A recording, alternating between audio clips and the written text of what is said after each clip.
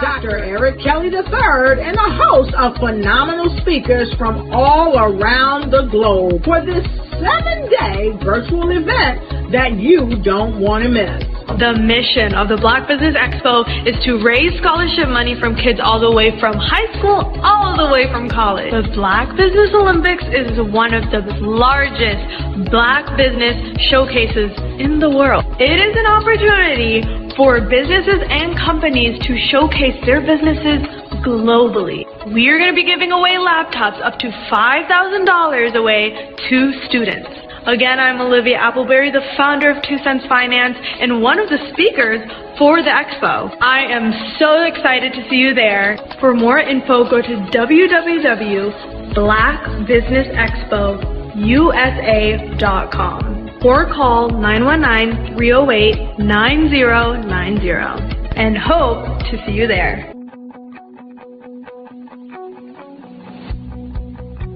I am Black Business. From the moment I wake until the time I sleep.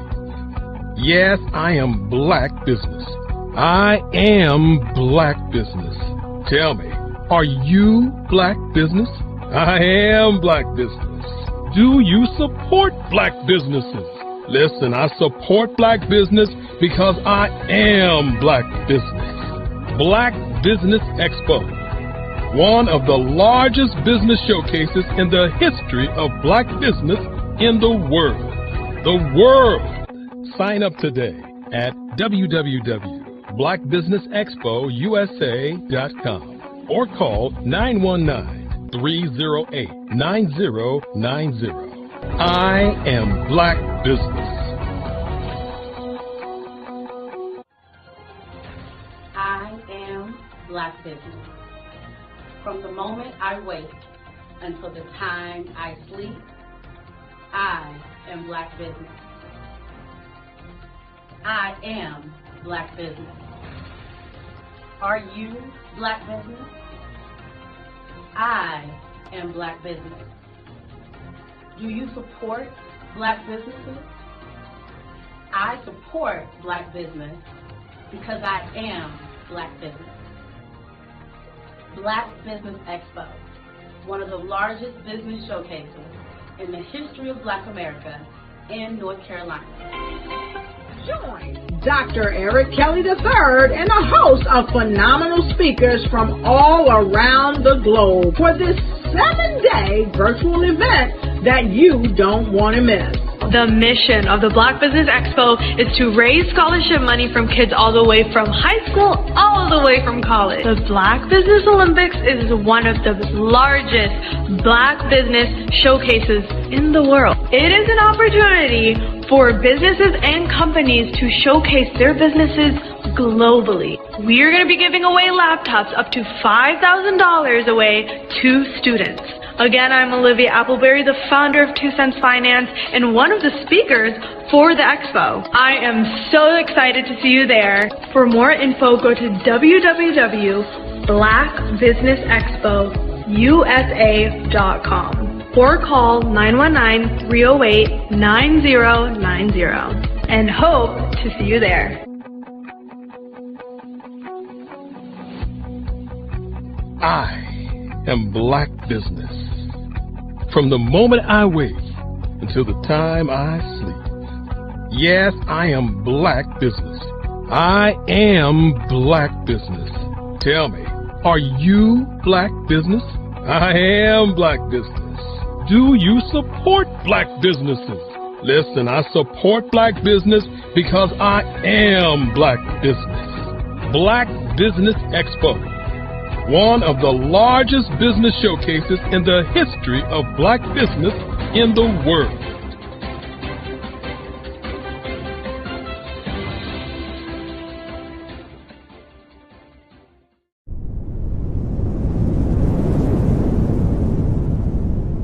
Sometimes you got to hear the news from the Black perspective, and more specifically, Black publishers. And that's exactly why you have to download the HeyTie app, the largest mobile app delivering breaking news, videos, and podcasts from 200 of your favorite Black publishers. Yes, 200 Black publishers delivering news as it happens, literally all in one app. Go to HAYTI.com or download the app in the Google Play Store or Apple App Store. It's completely free along with information that you can trust, so go check them out.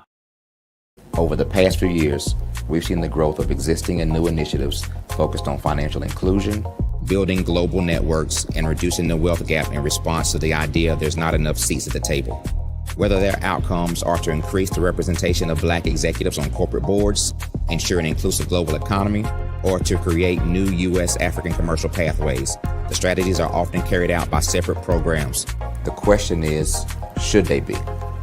With the continent of Africa being home to more than half of the world's fastest growing economies, the youngest workforce, over 400 companies generating more than $1 billion annually, 700 generating more than $500 million annually that are poised for growth, and being the destination of nearly $5 billion in venture capital in 2021. Diversifying U.S. and Africa commercial engagement by building bridges between African businesses and their U.S. diaspora should begin being seen as mutually beneficial. From helping to reduce Africa's enormous capital gap to catalyzing two-way trade opportunities, the COVID-19 global pandemic hopefully has taught us that global challenges and opportunities are more interconnected than we thought. During the pandemic, African companies like Unicorn Flutterwave, insurance provider Reliance Health, ride-hailing app Yasir, and 54Gene, the continent's first bank of DNA on people of African descent, proved that when African companies have access to networks, capital, and information, they grow big, grow fast, and create solutions that are valuable to the world. This is why Be Direct was created. We are the first U.S.-based but African-centric board preparedness and board search company designed to connect U.S. Black talent and corporations to African businesses. Unique and fundamental to Be Direct's success is our process of helping board candidates adapt their experience and networks to an African context before they're connected to high-growth companies that are looking to locally and globally scale.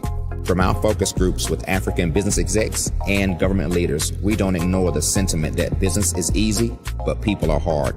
Having a pool of board candidates with hard-to-access networks and extensive experience across the business life cycle, including successfully raising capital, is table stakes for an initiative like this. So yes, we have that. But corporate or entrepreneurial success in the U.S. does not guarantee success in Africa. Developed alongside industry partners on the continent, our training program, Be Direct Prep, is designed to transpose their experience to create cultural comfort, understanding, and a commitment to helping businesses in Africa scale. Our board governance sessions are African continental and country specific, integrated with cultural awareness and dexterity training, masterclasses led by African industry execs, and mentoring and coaching from African continental-based facilitators. But even more unique to Be Direct Prep, we cap off our training program with an immersion trip to help candidates that have not been to Africa before see and feel Africa's complexity and opportunity from African soil. We all know traditional network-based board placement has historically left a lot of us out of ever really being in the paid board pipeline. Our strategy supports the work of many great organizations that are successfully filling seats at U.S. board tables by creating more tables for those that are still left on the sideline. It's time to start seeing the role and value of U.S. Black talent and businesses on the continent of Africa differently. Old perceptions and habits limit economic inclusion. Let's transition Black talent and the African businesses they will support from the periphery of the global economy to its core. Living in a global lockdown, we all know now how fast local and global economies can change, and see the value of having businesses that hire, strengthen local value chains, and even grow globally. Status quo in any form holds back progress.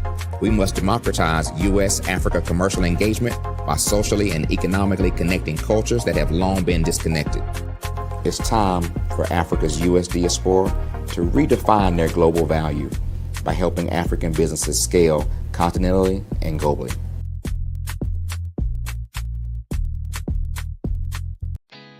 Did you know women represent just 3% of Fortune 500 CEOs and less than 15% of corporate executives at top companies worldwide? Have you wondered what the secrets are to getting into the top ranks, whether in the private or public sector? Do you want to figure out how to stop being held back in your career or passed over for promotion? Then you're in the right place. Hi, I'm Dr. Madeline Ann Lewis, President and CEO of the Executive Women's Success Institute. I have decades of experience in the military, the federal government, and corporate America, and my mission is to help women succeed and tap into their full potential. I want to reach 1 million plus women around the world to become the leaders they are meant to be. So if you want to move into a management or executive level position, or maybe you are a female veteran transitioning out of the military into business entrepreneurship, then reach out to the Executive Women's Success Institute at 301-693-3284. Let us get you on the fast track to success.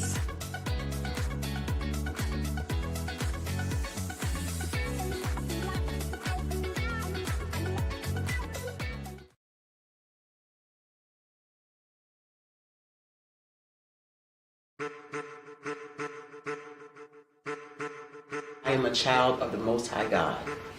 He has gifted me in ways that I could not even imagine and didn't know.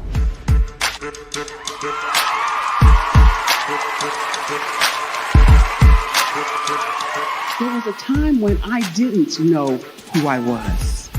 I listened to other people tell me who I should be, what I should do. I listened to people telling me that I should be a boutique owner, that I should be a construction manager, that I should be a laborer. Have you ever felt like you should do something else, be something else, go somewhere else, be wherever you wanted to be, and you felt like you were in a box? Anybody in the room? And you couldn't get out. Anybody in the room? And you kept trying to go and go and you couldn't get out. Anybody in the room? But let me tell you, you need to rock the box. Rock the box.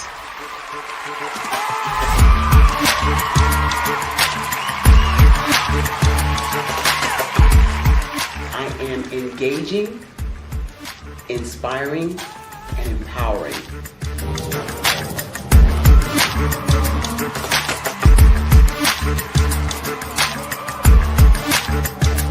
I would give you everything I know. Just by touching you, if I could, by osmosis, give you every single thing I've learned, I've gone through, I know I would.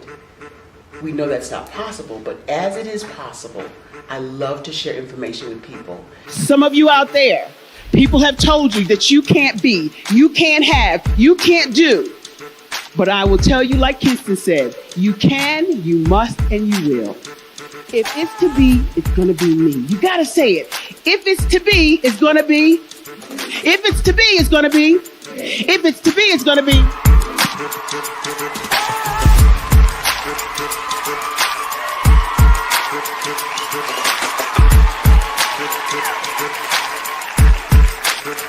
Barbara is because she believed what her mama said about her and not what other people told her. Every day you wake up, when you're in a situation, it's your choice whether it's an advantage or the disadvantage. She gained her confidence and her life, and now she is a testimony. If I can help you elevate yourself, then I feel like I'm elevating my own self as well. What you know and I know together can change the world.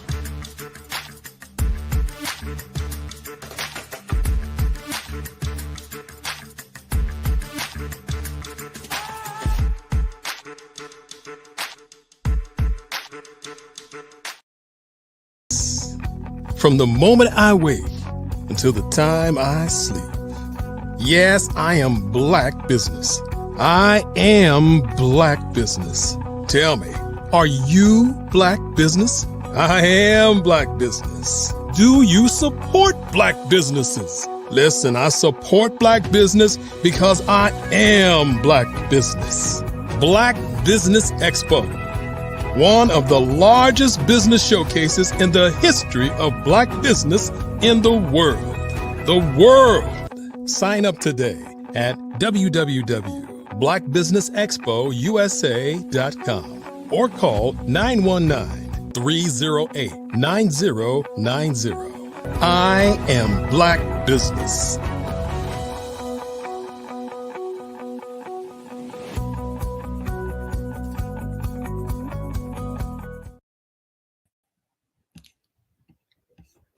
Good day, business owners, entrepreneurs, thought leaders, and corporations. Welcome to the Black Business Network.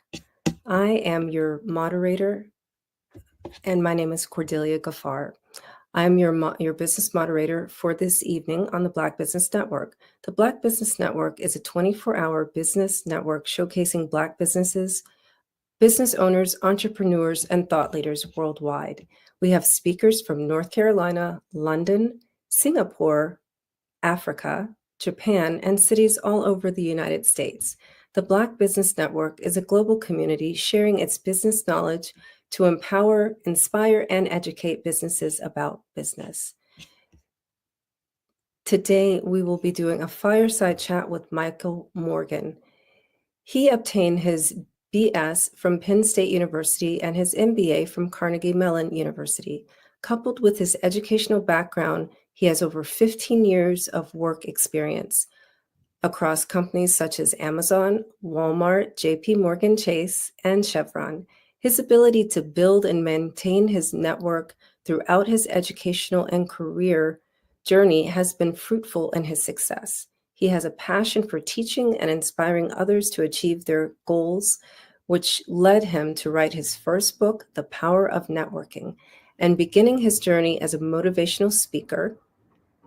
The Power of Networking has won the Literary Titan Book Award, Global Book Award, International Impact Award, Pencraft Book Award, and Firebird Book Award. And I am bringing to the stage. Talking about business, we were able.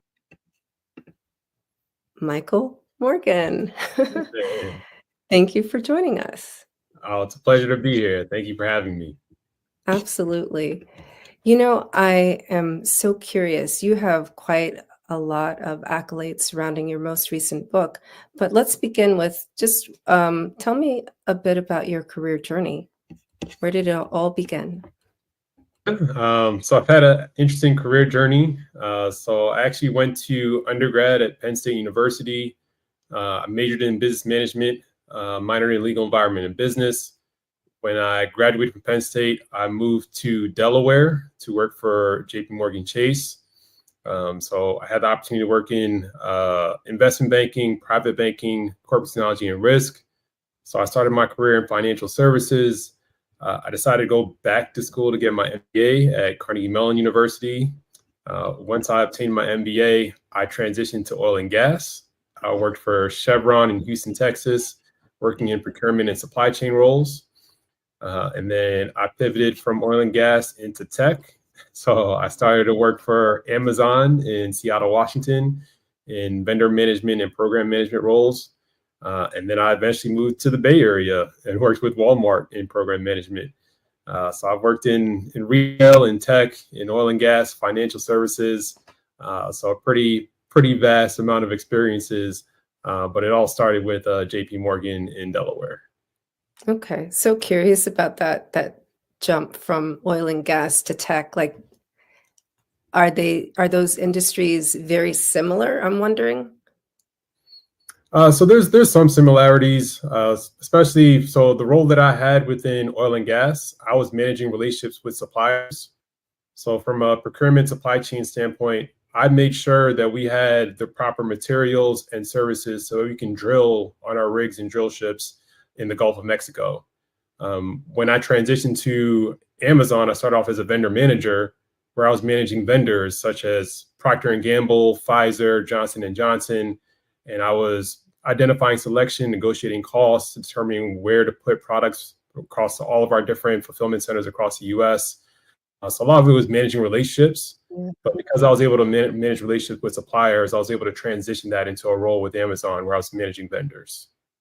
Yeah, I definitely see the connection there, you know, and I asked you that question because you know that our network is raising money for scholarships for students going to college, and they may think, oh my God, like, what if I want to change industries? Like, is it that much of a jump? So just you sharing that, you know, gives people hope and lets them know that. So I am curious though, since you've left corporate, why did you pursue starting your own company and writing a book? Yeah, I would say it's twofold. First and foremost, I I naturally like helping people. I know I wouldn't be where I am in my career if I didn't have mentors, if I didn't have my support system, my network, my family, people that were giving me guidance, support. So part of me, I want to pay it forward, and I want to give others the same help, knowledge, toolage that was shared with me. I'm trying to help others take that step forward. And then the second piece, as I said, I've had a pretty robust career across multiple industries over the last 15 years. And I've been contacted all the time, asking me questions on how I was able to navigate, how I was able to transition industries, how I was able to get my foot in the door to companies, what interview tips do I have, what made me decide to go back to graduate school. And after a certain point in time, I felt as though I must have a vast amount of knowledge that people are looking for, which is why I decided to eventually put pen to paper and start to write down the book. And now I'm going to companies and universities, organizations, conferences, and I'm speaking about these topics that I have experience in to help other people. So can we get a sneak peek into that book a little bit? Can you share, what advice would you provide an entrepreneur seeking to start their own business? Yeah, I'd say first and foremost, the title of my book is The Power of Networking. I don't think people fully understand how valuable it is to build connections, to maintain connections. You never know when a connection may be beneficial for you. A lot of times I've seen throughout my career, even my experience at Penn State as an example. At Penn State, I went to school with 40,000 students. There are times where I'll reach out to some of my classmates I was in school with and ask them how many people they keep in touch with. They may say 5 or 10. For a school that we went with 40,000 students, and we were all seeking to move forward in our careers and do great things. And we're not in the world alone. Like we should leverage each other. Such a big alumni base at Penn State. And I think a lot of people just lose sight of how important it is to have those connections. And not only have those connections, maintain those connections. So I take the steps on my own to make sure I'm reaching out to people on different cadences. There's some people in my network I reach out to weekly, some people I reach out to monthly, some quarterly, but at least I make sure I have them in my network and I continue to keep in touch. So it's not years that pass.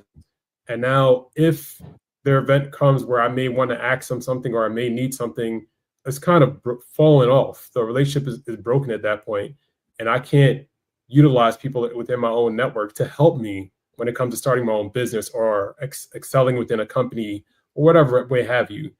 So these are things that people don't think about a lot. And another big piece that I love to focus on, networking is a two-way street. It's give to get. I think a lot of people have this misconception where networking is, hey, I need a job. Hey, I need help interviewing. Hey, I need this. And they just reach out to people when they need something, when they want something, and that's going to burn bridges. So when I make a connection, I'm always trying to understand what can I do for them. I'm emphasizing the give. And it could be something simple. I could recommend a book. I could recommend an article. I can refer them for a job. I can prep them for an interview. I could look at their resume. But I don't come in initially just asking for things. I'm trying to give them something. And if in the future there may be a circumstance where I may need something myself, I feel comfortable enough to ask it because I know I've already provided something to that person. So it's very important to make sure that it's a two-way street. I like that you're reminding of us of the reciprocity, right? Not that you're receiving first, but you're giving first, right? I don't know if you're familiar with the book Go Giver. That's kind of what I'm hearing you say.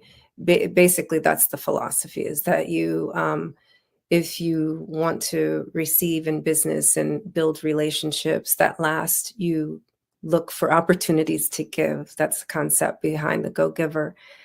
And I also like what you said about, we invest a lot of time and money to carefully select the universities that we go to. Why is that? Because they have notoriety. So why do we leave and just think of it as a pile of debt and not keep in touch with our professors, department heads, other, students, colleagues, so what you're saying really is like we have, if we look around, we may have a very strong networking base that we're not utilizing or that we forgot about. There still are like alumni communities. So like if you, disconnect it from your class of 2000, you can always go back and maybe when you get the announcement, reestablish that connection. What other places, what are some other places where people can look to create relationships? Oh, absolutely. So there's a lot of different places. One, I love to go to conferences. I'm always trying to learn, meet new people, and get advice from industry experts. So I've probably been to 15 plus conferences in my career. Some of them are more focused on people's backgrounds. So I've been to like Afrotech, National Black MBA Conference, Black is Tech. Those are all focused on finding other people, professionals within the tech community that are Black.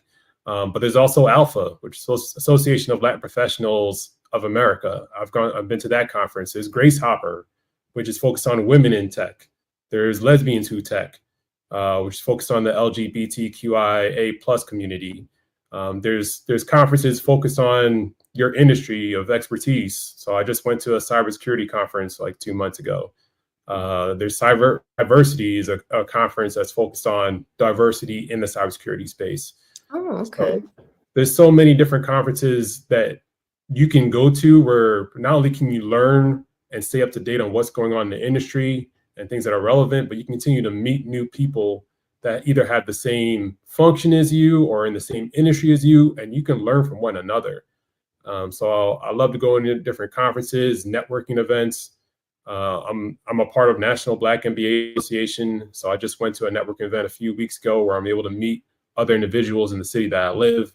So the big part of it is you have to put yourself out there. And I talk to people all the time. I understand there are some people that are more introverted. There's some people that are more extroverted. But even as an introvert, you have to get more comfortable, be comfortable with the uncomfortable. This will only help you excel in your career, in your personal life. And the more you do it, the more you'll get better at it. You'll realize there's nothing to really be afraid of. I think some people have this negative connotation where they'll show up at a networking event or a conference. No one will talk to them. They'll sit awkwardly in the corner and they'll be upset that they wasted their time. And once they actually put themselves out there, they actually have fun. They meet some great connections and they realize it's not as bad as I thought it was. Sometimes they overthink and think of the worst case scenario. But it makes a huge difference. And I'm just going to speak for the introverts here. As it turns out, when you go to conferences with the intention to learn, right, you're going to meet people exactly like you. So there's nothing to fear.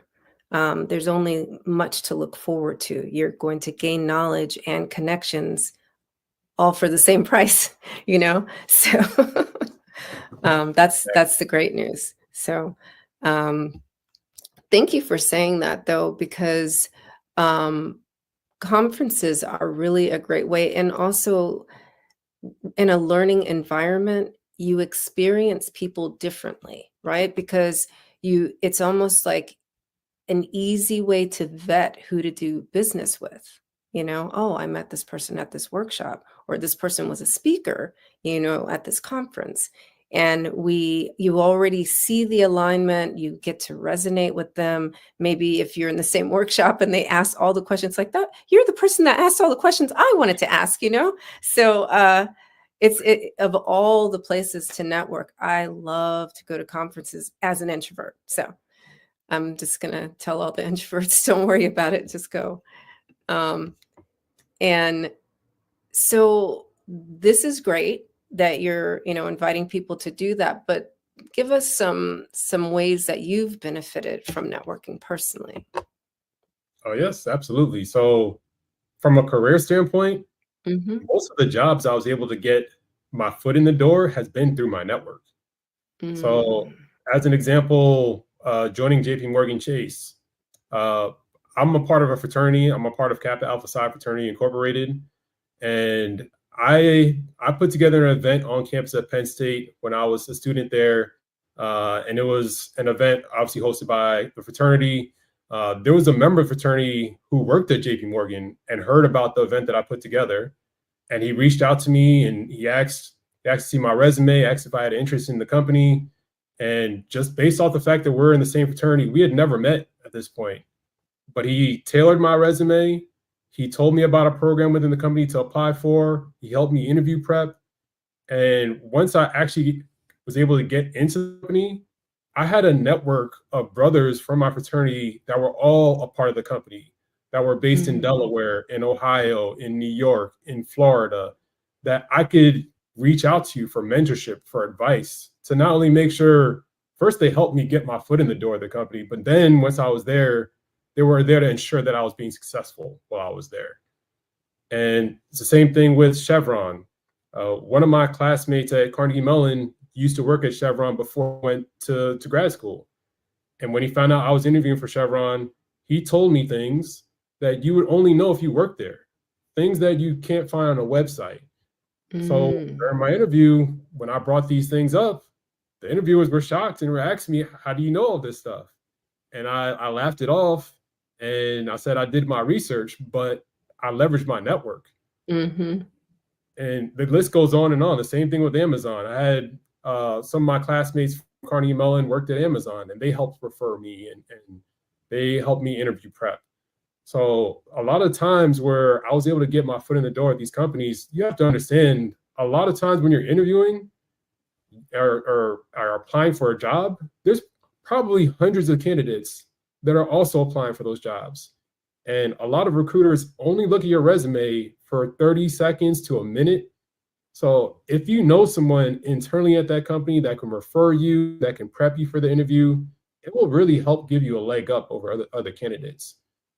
So it's been very helpful for me to have a network that's been willing to help me. And like I said, I've helped them in return because networking is a two-way street. I don't want to make it sound as though my network has just helped me get my foot in the door, but I haven't returned the favor. But that's how I've been able to excel, get my foot in the door of companies, be able to advance in companies. Once you're in a company, if you're not networking vertically, and senior leadership doesn't know who you are, what you do, what you bring to the table, you're not going to get promoted. A lot of people have this mindset where as long as I do my job, I'm going to move up the company. But you also have to sell yourself. It's about your brand. And a lot of times at the end of the year, there may be 10, 15 senior leaders in a room ranking all the employees in an organization or determining who's getting promoted and who's not getting promoted. And your manager may not even be in the room. So if you don't network properly and make sure those senior leaders know who you are, that's going to hurt your ability to move up in a company. And it's the same thing with personal life. I mean, I just started up my own company, and now I'm an author, and now I'm a public speaker, and a lot of times I can reach out to my network and they can tell me about opportunities. Like, oh, you should connect with my school and talk to those students. You should connect with my company and go talk to them. Even one of the things I talk about is just building wealth.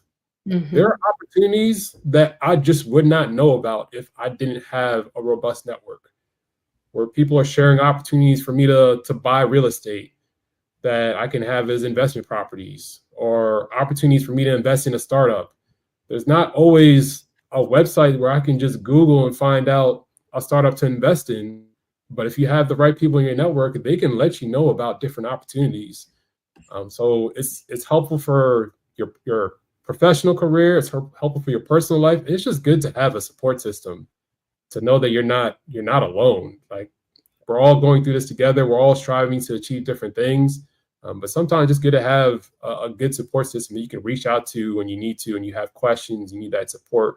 It can really go a long way. Yeah, and I'm hearing multiple things. For one thing, you can circumvent even probably AI these days in the interviewing process when you know somebody, we had a conversation about that earlier. There were some tech gurus telling us about ways to be creative with AI. And so I am bringing that back into the conversation. Like, to what degree do you suppose you can circumvent AI just by knowing someone, that may be in control of pressing buttons? Yeah. So to me, it makes a huge difference. So a lot of people always want to leverage AI because a lot of times, like I said, companies will only look at your resume for 30 seconds to a minute. They may use AI to try to find keywords to vet who are they moving forward, who they're not moving forward. They may not have time to look through 200, 300 resumes to make that decision. But you have to understand, if someone internally refers me, generally, most of the time when you get a referral, that should at least get your foot in the door for an initial phone screen or an interview. So it's almost as though your referral will skip over the AI process and get that foot in the door. So I agree. I think technology is great, and you need to, the way that we're moving forward in the world, you need to understand it and know how to use it. But in my opinion, nothing replaces those relationships that you build with people. And them getting to know you, them being able to vouch for you and your abilities and what you can bring to the table, that's really going to differentiate you. Yeah, I definitely agree. And what was the other thing I heard you say? Even once you get the job, like we don't stop with that. And I would say, even like as entrepreneurs, right? Because on this platform, we're mostly talking to entrepreneurs. But, once you get the business, to get repeat business, right? You have to continue to network. And I mean, you've grown your business over years. Has it been mostly well, not only repeat business, but referral business? Oh yes, absolutely. Oh, and that's the great thing with relationship building. So I'll go and I'll present to an organization, a school, a company, and I'll meet someone at that presentation that loved my presentation, and they'll connect me with someone else like, oh, I would love to hear you again. I think this person would be a great contact. I think this person would be a great contact. So I try to make sure that I'm building relationships with everyone that I'm presenting to, because those can turn into leads. So I'll follow up with people. I just presented to Texas State University a week ago. I just presented to Carnegie Mellon University 2 weeks ago. I just presented to National Black MBA Association. And I'll connect with people on LinkedIn or other platforms after, and I'm reaching out to them and just following up. Hey, is there anything else I can do for you? I know you said you found my presentation helpful. Were you able to get the job you were looking for? Were you able to excel at this conference? And a lot of times people are grateful. And not only are they grateful, but they found me to be a good speaker. They thought it was valuable. They're like, oh, I believe you can provide value to this organization as well. You provided the value to this school as well. And that's how you're growing your business. So to your point, even as an entrepreneur, if you're not working in corporate and you're trying to network to move forward in the company or get your foot in the door, you have to network as an entrepreneur to build your business. And if you have someone that you're providing a product service to and they have a good experience, that word of mouth, that can really help you explode and get to the next level. And then you want to have that repeat business. You want them to keep coming back, because you're not only providing a good product service, but you're continuously touching base with them and building relationships with them, getting to know them. And that's really going to differentiate you. And I also heard that you were, yes, the personal touch, but the personal touch is like you're taking the notes of the last conversation you had, right? So for example, you said like you spoke, I speak also, right? So like sometimes when you speak places, you have these private conversations when you get off the stage, and you actually remember those things, and you remember the faces and the people. And, that is another thing I would say that people miss. That is a form of networking, right? Even when you are speaking, that is a form of networking. So I'm wondering, are there any particular things that you do to keep your mindset in the game? To get my mindset in the game, I really care about mental health. I think it's important. So, I try to meditate every day just to make sure my mind is healthy and I'm able to fully focus on the deliverables that I need to do, and I'm able to provide value to others, that I expect, to the standards that I intend to provide. So I think it's important. I think it's important. Your physical health, your mental health, all of it's important. So I make sure to work out every morning. I get up at, people think I'm crazy, but I get up at 6 a.m. I work out first thing. I feel like I'm in a better state to provide value to people when my mind is in the right place, my body's in the right place. So these are all critical things that can really get me to the next level, have mindset ready. So yeah, those are, and then one thing that I think a lot of people lack is gratefulness. I think sometimes you don't appreciate the things that you have and you're already striving for the next thing. So I also try to do some journaling. I'll write down at the end of the week, what are the things that I'm most grateful for, that I had this opportunity, that I was able to speak with this person, I was able to spend time with this person, I was able to talk to someone on the phone, just little things. But that way, I feel like that's putting me in a better mental state as well, where I'm not always just striving for what's next, but I'm appreciating the moment I'm in. Gratitude is so important. And I feel like above and beyond, not knocking meditation and exercise, I do all those things too. But gratitude really is one of the things that elevates your alignment with others, right? People can almost feel the value of gratitude in your work ethic and the way you connect with people. I mean, obviously, we see you here and you're sharing your story and you're talking about the ways that your gratitude is showing up as you connect with people wherever you go, and it affects your way of being. So I think this is a very important part of self-care, especially as an entrepreneur. And so I'm glad you brought that into the conversation.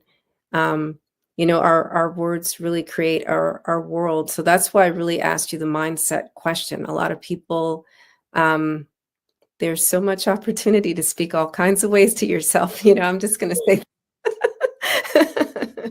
So why not use words of gratitude and, elevation? I'm wondering, like, how do you navigate challenges, though? Like, what advice would you give on that? Challenges is difficult. I'd say the big thing, this goes back to your network. Chances are you're not alone. Someone else has dealt with this before, has dealt with this challenge. It's amazing the number of authors and speakers that I've met since I've entered this field. And we all want to help each other. And chances are, if I'm facing a challenge, someone else has probably faced the same challenge and can provide their thoughts, their insight. So I love just reaching out to my network. I'll do research on my own and I'll try to figure things out. I know time is precious and everyone's busy. So I don't want the first thing to do is just, hey, let me reach out to this person, let me reach out to that person. I try to do my own due diligence. But if I'm facing a difficult time and I can't figure something out, that's when I can really lean on my network. And if I don't know someone who's personally been through it, 6 degrees of separation, I probably know somebody else who knows somebody that I can connect with, and they can really help me navigate the situation and determine the best path forward to resolve it. Yeah, it's always better. I think you said this earlier, right? We're not an island, right?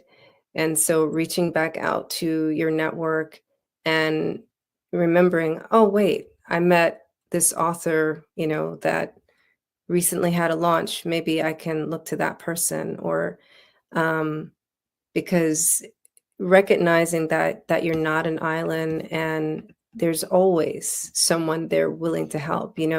Those are forms of investment, the time that you spent and pour into other people. It's go giver, right? But you get to receive too. So, yeah. Yeah, exactly. So I guess also along those lines, uh, how do you balance your work life and personal life? Yeah, I make sure to, and this goes back to mental health. I think it's important Mm-hmm. to make time for myself, for the things that I enjoy, to making sure to spend the time with the people that I want to spend time with. I mean, family is very important to me. So I try to, at a certain point in time at the end of the day, I try to cut myself off and make sure, like, hey, I'm not doing any more work today. I want to spend the rest of my evening with my fiance, with my friends, with my family, and have those memories, have those moments. I could easily work, and I have done it. I could easily work 20 hours a day and take a quick nap and wake up and do the same thing over the next day. But that can easily lead to burnout. So I love doing the things that I enjoy, and I love my business. I love speaking with people and talking about my book. But it brings me joy to be able to spend the time with my family and my friends.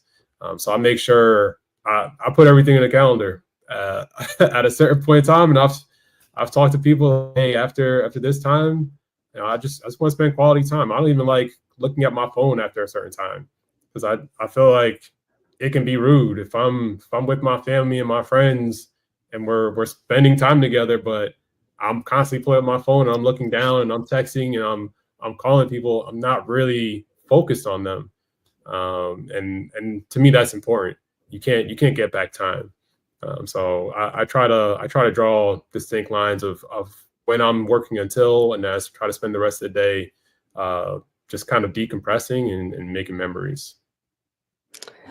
So I'm wondering, tell me more about this calendar. Is it color coded? Like, really, as a strategy, so you're actually saying you have a line item on your calendar that says quality time. Yeah. So like Okay. I block out my calendar for everything. I put in time for when I'm going to the gym. I put in time of when I'm meditating. I put in time for work, and I'll have certain work meetings that I have set up. I mean, after work, I'll set up time where I just network with my friends and family.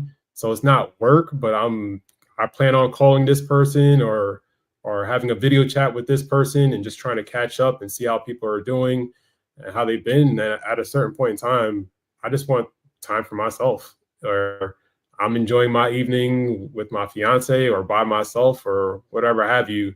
But I need some time just for myself. Like I said, I can physically keep working all day and all night, but I've seen so many people get burnt out from doing that. You have to make sure you're making the time for the things that you enjoy. So you're not a promoter of hustle culture. I'm, I'm all about hustling, but life is about balance. So Yeah. I work very hard, but I make sure to enjoy the things that I enjoy too. So I made a joke, but really, I just wanted to make a distinction, right? Because you are taking the time to have time for quality time, self-care, meditation, and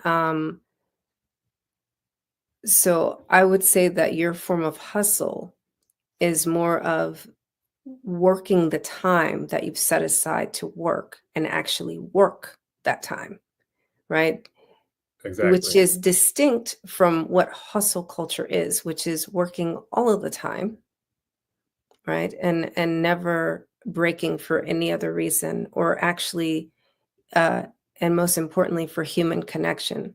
So, yeah, I just I like to bring this to light because we do kill ourselves unnecessarily, and so I'm sure everyone that's listened to our conversation is wondering, where can they go get your book?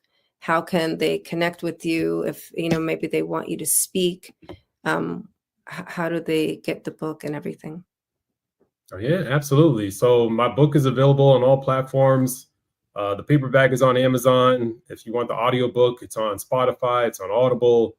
If you want the ebook, it's on Barnes and Nobles, it's on Walmart, it's on Kobo, it's on Kindle. So any platform that you're looking for, the book will be available. I have my own website. it's michaelvmorgan.com. So V is in Victor, michaelvmorgan.com.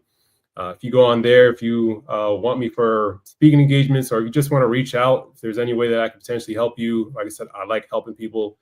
So please go on my website. There's a contact me section of the website where you can reach out to me directly. So I hope that people reach out to me after hearing this. Like I said, I want to give back. I want to help people.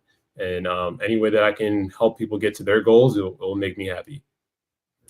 And what is a final golden nugget you could share with us about the power of networking? Yeah, I'd say the final thing that I want to share, like, networking is great for your career, but it's also good for your personal happiness. But we're not alone in this. And it's good to have that support structure. It's good to have people that you can reach out to, people that you can confide in, people that can give you advice. So yes, it can help you grow in your career, whether you're in corporate, whether you're an entrepreneur, but it's good to have that support system. I mean, even the fact I told you, I'm originally from New York. I've lived in 6 states at this point. I lived in New York, Delaware, Texas, California, Pennsylvania, Washington. And a lot of people reached out to me and said, I don't understand how you're able to navigate and move so many different places. And they've tried to move one time and it didn't work, and they moved right back to where they grew up. And if I didn't have this robust network, it would be very difficult to move different places. Most of the time when I move, I've moved to cities and states I've never been to, but somehow I know somebody there because of my network. Either someone I went to Penn State with or Carnegie Mellon with, or someone I worked at a different company, or someone that I know somebody lives in that city and they're connecting me. But there's been so many ways that having built out my network has been helpful in my life in ways that I wouldn't even have imagined. So people need to take that into consideration. Yes, it's good for your career. But it's good for you personally as well. Thank you for that. Yeah. Sometimes in business, we forget it's not all about the transactions. It's about the humans, and that's what I've most enjoyed about our conversation today and about your expertise. And thank you so much for being here on the Black Business Network and sharing your story with us. And, we invite our viewers to go to Michael V as in Victor, Morgan.com. You can connect with him there to book him for speaking engagements. And you said you had a bookstore also on your website. Is that correct? Yes, you can go directly on my website and it will take you to different platforms where you can purchase the book. Yes, perfect. So thank you so much for being here on the Black Business Network. Please come back. I know you have a plethora of knowledge and you can speak on any topic. So genius is common, and I'll see you on the other side. Thank you. You're welcome. So the Black Business Expo's mission is to raise funds for high school seniors going to college or K through 12 entrepreneurs. This expo is a fundraiser for students. You may go to www.blackbusinessexpousa.com to donate to the scholarship fund, or use the Cash App that's on the screen below. And that's the $BBX USA. Our goal is to give laptops and up to $5,000 to 10 students. Students can register online at www.blackbusinessexpousa.com. Every dollar counts. So we want to remind you to donate to the scholarship fund. We want to thank our Black Business Expo USA sponsors for September 2024. NC 100, Suede Soul, Carolina, Virginia Minority Supplier Development Council, Step Management, Margie McLean Foundation, Inc., Genius is Common, RTV, Executive Women's Success Institute, The Quality Coaching Company, Superwoman Business Services, Creative Forces Studios, Lee Entertainment, Black Business Olympics, Artistic App Design, Black Business Expo USA. Genius is common, and I'll see you on the other side.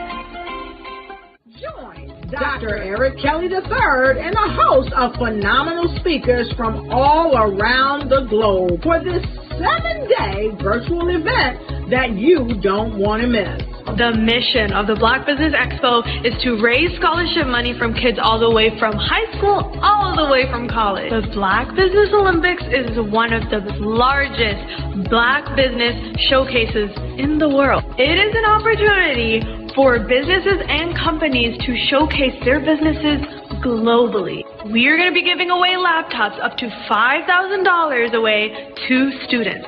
Again, I'm Olivia Appleberry, the founder of 2 Cents Finance and one of the speakers for the expo. I am so excited to see you there. For more info, go to www.blackbusinessexpousa.com or call 919-308-9090 and hope to see you there. I am Black Business. From the moment I wake until the time I sleep. Yes, I am Black Business. I am Black Business. Tell me, are you Black Business? I am Black Business. Do you support Black businesses? Listen, I support Black business because I am Black Business. Black Business Expo, one of the largest business showcases in the history of Black business in the world. The world! Sign up today at www.blackbusinessexpousa.com or call 919-308-9090. I am Black Business. I am Black Business. From the moment I wake until the time I sleep, I am Black Business. I am Black Business. Are you Black Business? I am Black Business. Do you support Black businesses? I support Black business because I am Black business. Black Business Expo, one of the largest business showcases in the history of Black America in North Carolina. Join Dr. Eric Kelly III and a host of phenomenal speakers from all around the globe for this 7-day virtual event that you don't want to miss. The mission of the Black Business Expo is to raise scholarship money from kids all the way from high school, all the way from college. The Black Business Olympics is one of the largest Black business showcases in the world. It is an opportunity for businesses and companies to showcase their businesses globally. We are going to be giving away laptops up to $5,000 away to students. Again, I'm Olivia Appleberry, the founder of 2 Cents Finance and one of the speakers for the expo. I am so excited to see you there. For more info, go to www.blackbusinessexpousa.com or call 919-308-9090 and hope to see you there. I am Black Business. From the moment I wake until the time I sleep. Yes, I am Black Business. I am Black Business. Tell me, are you Black Business? Black Business Expo, one of the largest business showcases in the history of Black business in the world.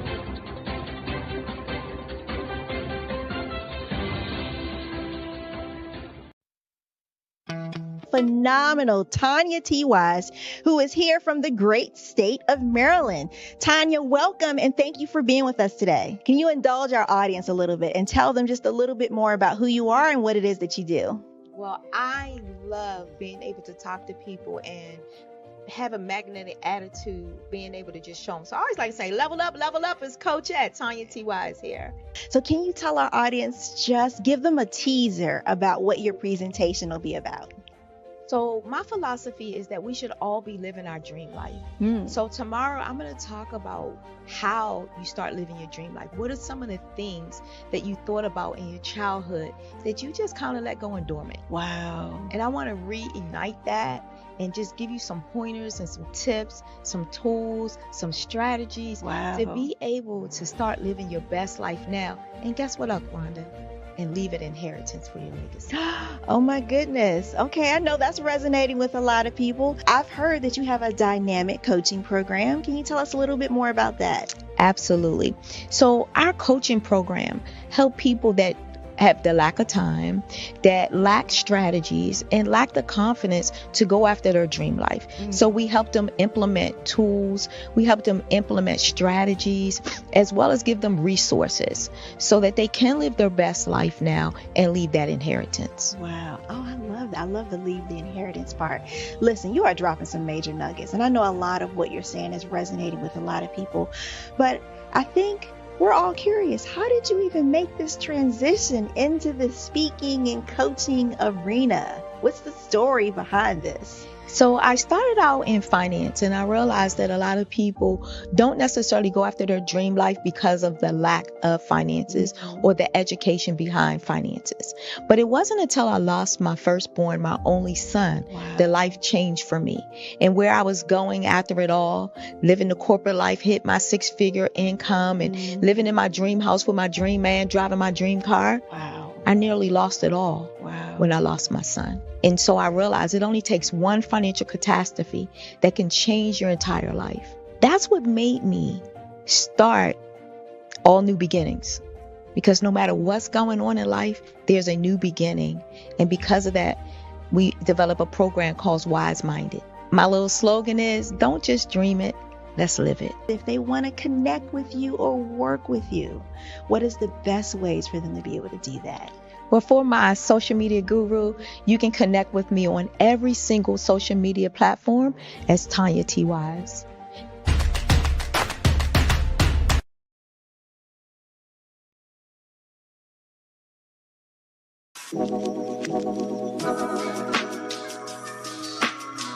The African company and the African CEO is making a conscious decision to bring on someone external to the continent versus bringing on someone who is from Ghana or Kenya or South Africa. And so the skill sets of the people that we take through our executive leadership training program and ultimately on the placement, obviously have to be extremely high caliber. So what we look for are corporate executives at the vice president to C-suite level, as well as Black entrepreneurs. When we look at the Black corporate executives, we're looking for some very specific skill sets, whether that be around supply chain, sales and marketing, engineering, product development. We want our folks to be able to add immediate value to the corporate board, right? And the other thing is, even if they don't necessarily have specific industry experience, they're bringing a diversity of thought.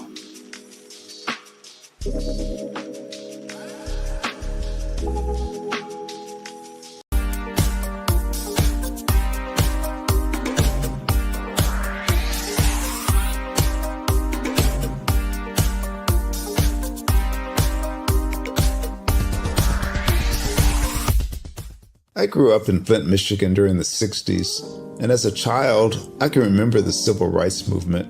I remember our family huddling around our small black and white TV, and we'd watch all of the things that were going on in Alabama and Mississippi.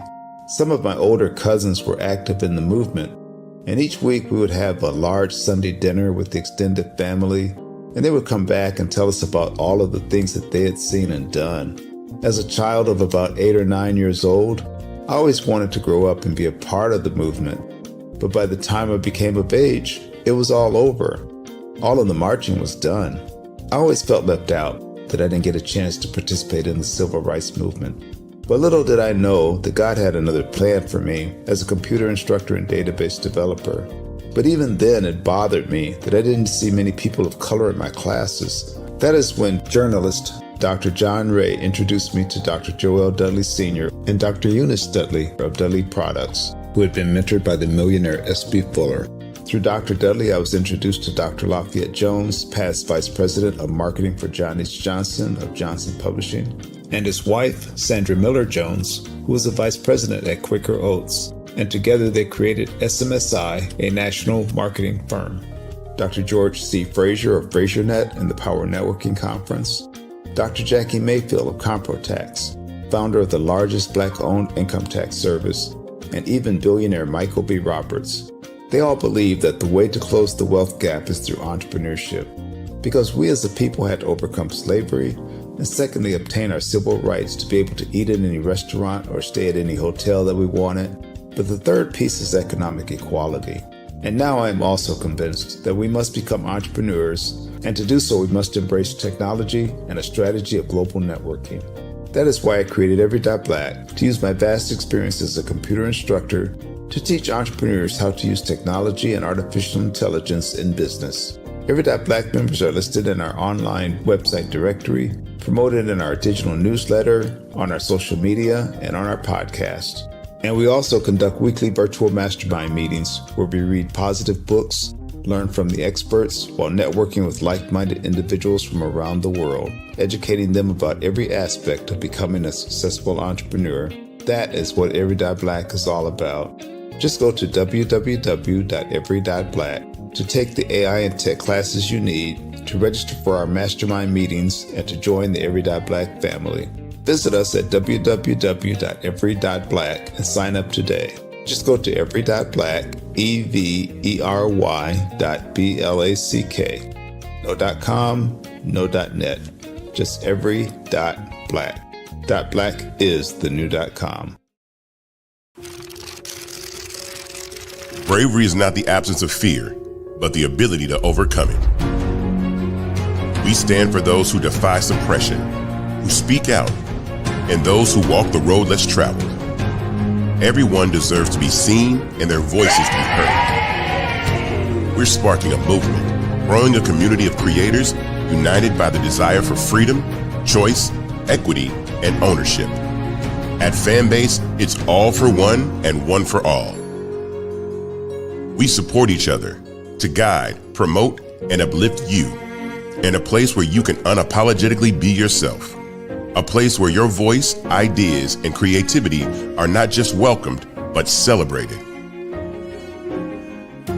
We are Black founded, minority funded, and supported by a diverse, inclusive, powerful community that believes in the strength of authenticity and individual choice. Regardless of success or background, we welcome you. The marginalized, the underappreciated, the successful, the superstar. We're for all who seek a space to express themselves freely, where they are rewarded for being their authentic, true self. We transcend labels because only we have the right to define ourselves. We are built for the brave, the culture, the creators, and for the future where everyone has the power to shape their own destiny, where all are empowered, voices are amplified, and freedom is embraced. For the first time, you have a chance to own the platform you helped make popular. It's a revolution, a movement in how we connect, create, and share. Everyone is a creator, and everyone has a fan base. Here, you can be you without limits.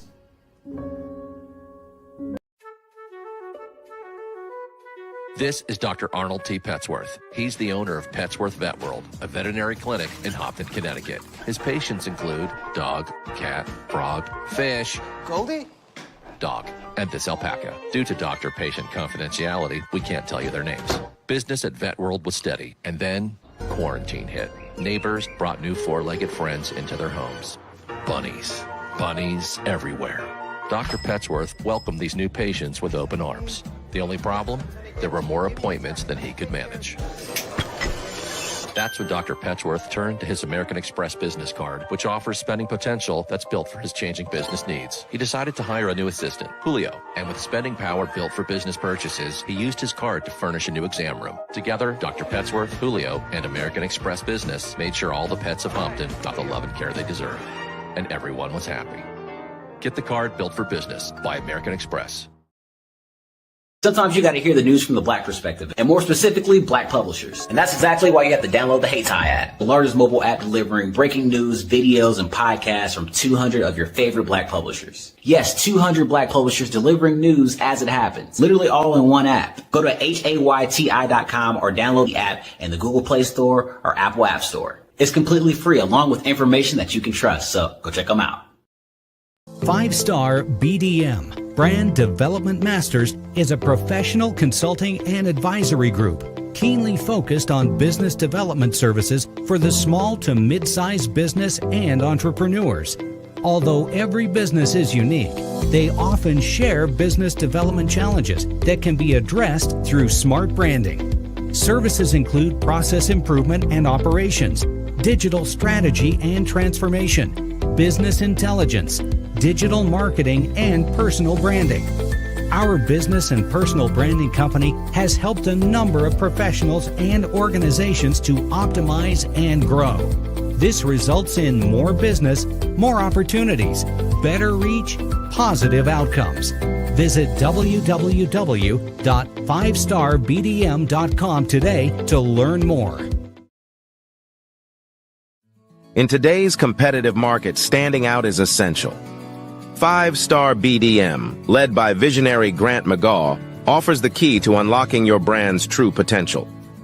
With innovative strategies and a passion for empowering businesses, 5-Star BDM is transforming personal branding and business development, moving brands from merely competing to dominating. At 5-Star BDM, we revolutionize personal branding by crafting authentic identities that enhance visibility and influence.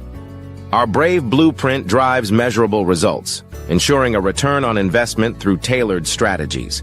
By integrating artificial intelligence and advanced methodologies, we provide your business with a competitive edge in the digital age.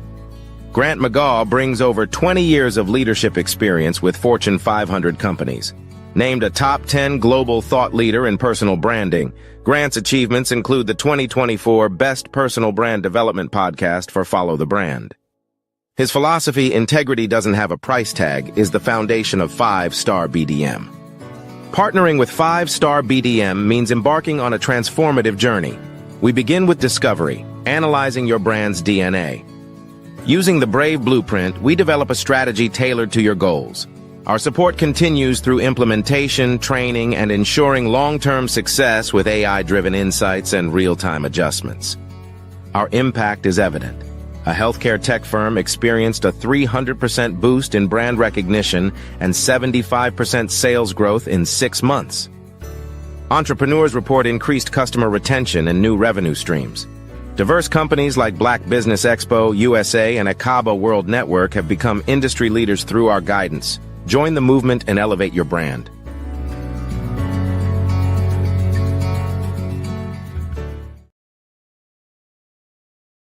Artist to me is a creative expression of something from nothing.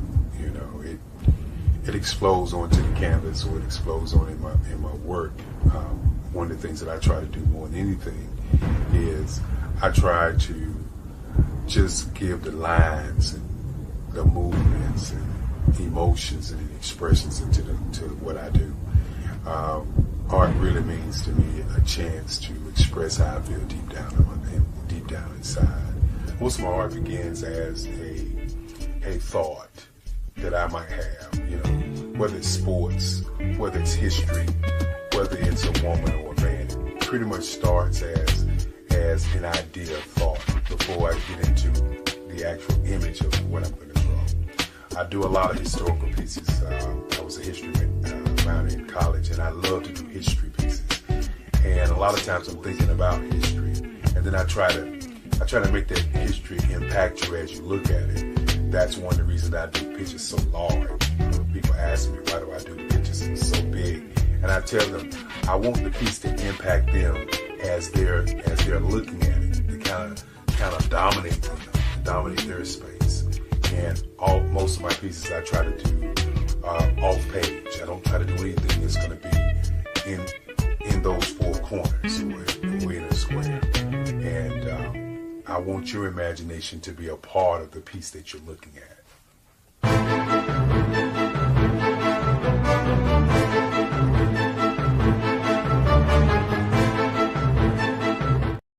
The Black Business Expo's mission is to raise funds for high school seniors going to college or K through 12 entrepreneurs.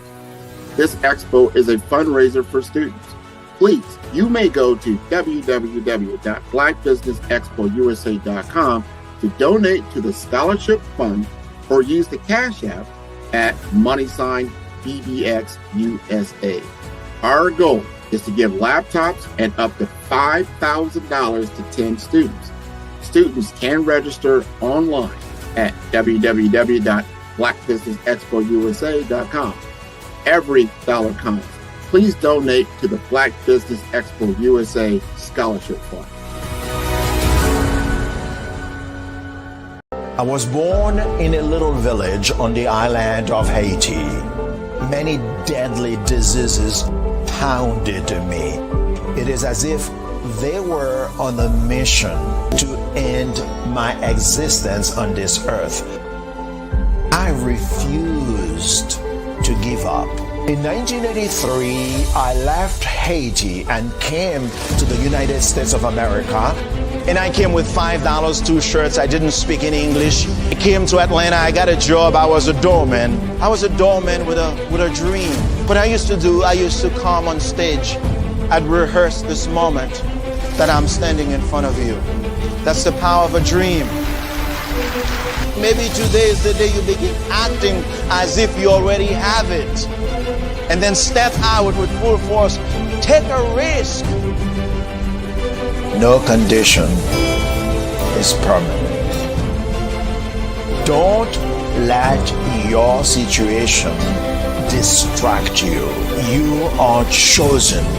You are called. You are born for a purpose in this life.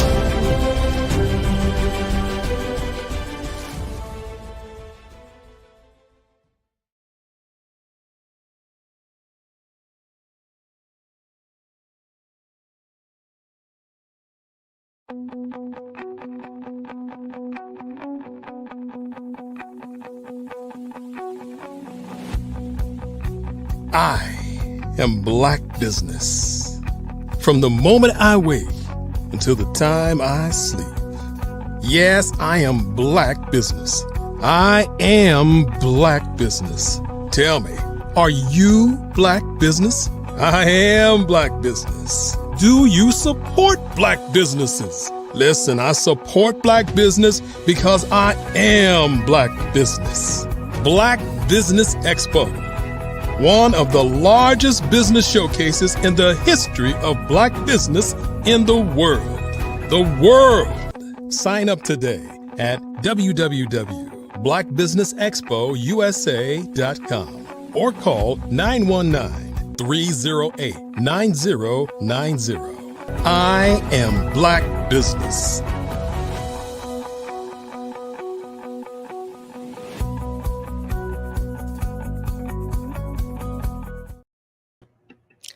Good day, business owners, entrepreneurs, thought leaders, and corporations. Welcome to the Black Business Expo, the Black Business Network. My name is Cordelia Gaffar. I'm your business moderator for today and on the Black Business Network. The Black Business Network is a 24-hour business showcasing Black businesses, business owners, entrepreneurs, and thought leaders worldwide. We have speakers from North Carolina, London, Singapore, Africa, Japan, and cities all over the United States.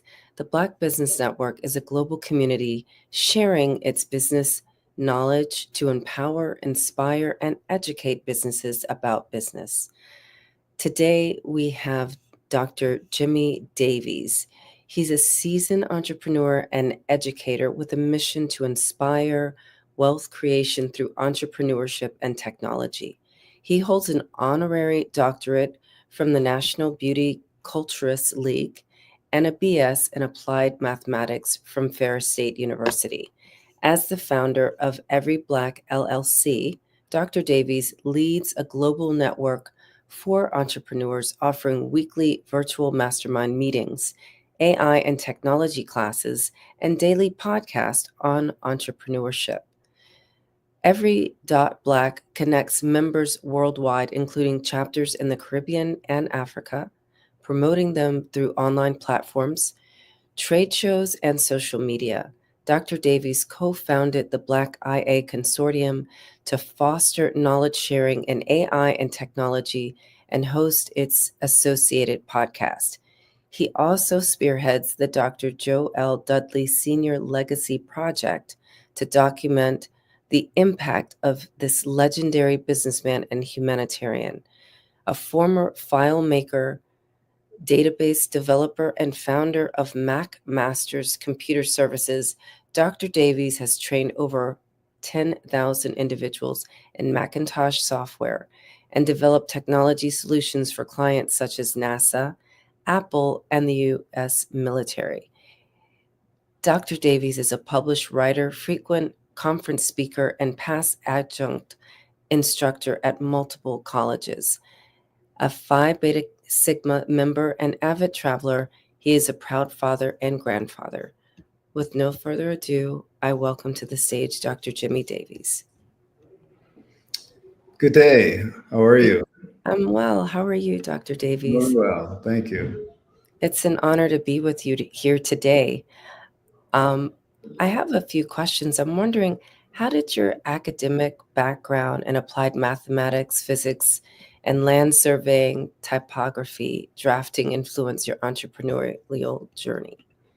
Oh, this is a great question to start the interview off with. I think in my younger life, I really didn't know what I wanted to do. But I think that what it helped me with is in starting to be a land surveyor is what I thought I wanted to do. Had a lot of math, but I think it helped me with my analytical thinking. So I didn't go to school to get into the computer field, but it just really helps with the way you think analytically. And so when a friend introduced me to a computer, Macintosh computer, actually after college, I didn't study it at school. It was just a natural fit.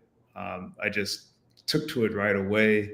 Before you know it, I'm helping others learn how to use the Macintosh software that was coming out. Now, this was quite a while ago now, literally 36 years ago. I can't believe it's been that long. But all of the software was coming out at that time and no one knew how to use anything. And so I was able to catch on quickly. And I think just even though I didn't go to school for it, just the background, the way you think, I think makes a big difference. And the reason I say that is because over the years, like I said, I've literally trained over 10,000 people on how to use software. And some people grab it, get it right away, and others don't. It always baffled me. It's like, why do some people get it and others, takes a little more time? And I came to the conclusion it's not the intelligence level is not there. I remember I was helping a surgeon once, and he had a hard time getting it. But it's the way you think. If you think in analytical terms, step 1, step 2, step 3, break it down to the simplest component, then you usually have success with learning how to use the applications. And I have to even remind myself sometimes when I get stuck, just slow down, take it step by step, and it always works out that way. So I think, I don't know if that answers your question, but I think just my educational background, even though I didn't know what I wanted to do at that time, it still played a big part into what I ended up doing in the computer field. I'm really intrigued with this, the way people think that you've discovered. So what are some other ways that people think that for all the non-methodical thinkers? Well, some folks can multitask, think of, how can I say it? If you're able to compartmentalize, like to really break things down, not assume, you can't make assumptions because something doesn't go exactly as it is. You have to look at it actually what's in front of you, and not make any assumptions, break it down to the simplest piece, simplest component, just step by step. And I think that even though some of us don't think that way, I think all of us can get there with a little practice and determination and perseverance and guidance. And so that's what I try to do, is help people think how to use the software. For example, a number of people will tell me during the classes, they'll say, well, let me just take notes on the process. Well, the process may change depending on the circumstances. So you can't just take notes on how to get there all the time, because what shows up on your screen may be a little different the next time than what it is this time. But if you understand the foundation of it, if you understand that, then it won't matter. Sort of like driving. Someone can show you how to drive.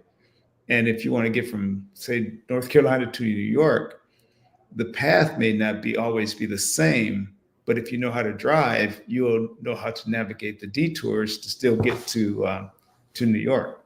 So. And also, to your point about the way people think, they're different driving styles. Oh, absolutely. That you'll come across in the South versus, getting to New York. Then you'll run into rain and snow and sleet. Yes, different kind of weather. Yeah. Accidents and road construction. So, yeah, you're absolutely right. That's a great analogy. Thank you for that. So that also makes me curious about what inspired you to found Every.Black, and how has its mission evolved since its inception? Another great question. Well, over the years, teaching people how to use the software, all types of software, and all people from all over the country, one consistent thing I noticed, that I was not seeing people of color in my classes on a regular basis, right? And that was bothering me, because I was realizing that all of this technology and software is coming out and companies are using it. And a lot of things were being used and helping companies be successful. And too often our community, we're not even aware of what's available, let alone how to use it. And so it wasn't overnight, but over time, I just started to think, what can I do to really make a difference? And so I met actually Dr. Joel Dudley Sr. of Dudley Hair Care Products, Dudley Beauty Products. And one of the things that he emphasized was entrepreneurship. And so it just kind of connected the dots that I needed to use technology, my skill in technology, to help entrepreneurs with their businesses. That's the foundation of Every.Black. I think also not only the technology piece, but also it's really important, the support piece. It's been said, and I believe it, your net worth is dependent upon your net work, right?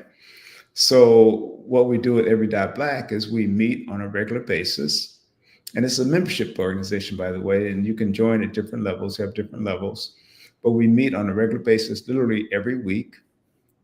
And we have entrepreneurs that are guest speakers to share information on different aspects of entrepreneurship, whether it's branding or finance, and certainly technology. We literally read books about technology or about entrepreneurship, and sometimes technology as well. And then we would have brief discussions based on what we've read. And then we network. And we do that every week. Now, because of technology, we're able to do it on Zoom, just like you and I are doing right now, using streaming to do this. And so we're able to connect with and get you connected with literally entrepreneurs from all over the world. And you can hear from speakers literally from all over the world. So the location no longer matters. It doesn't matter. And so that's why it's really important to be a part of Every.Black, our support group. And I tell people, even if it's not Every.Black, you need to be a part of some group, if you're going to make it as an entrepreneur in today's world. One other thing that we do is, again, we offer classes. So not only do we just talk about technology, But we also offer classes on a regular basis to teach you how to use the actual software that you may need to help run your business more efficiently.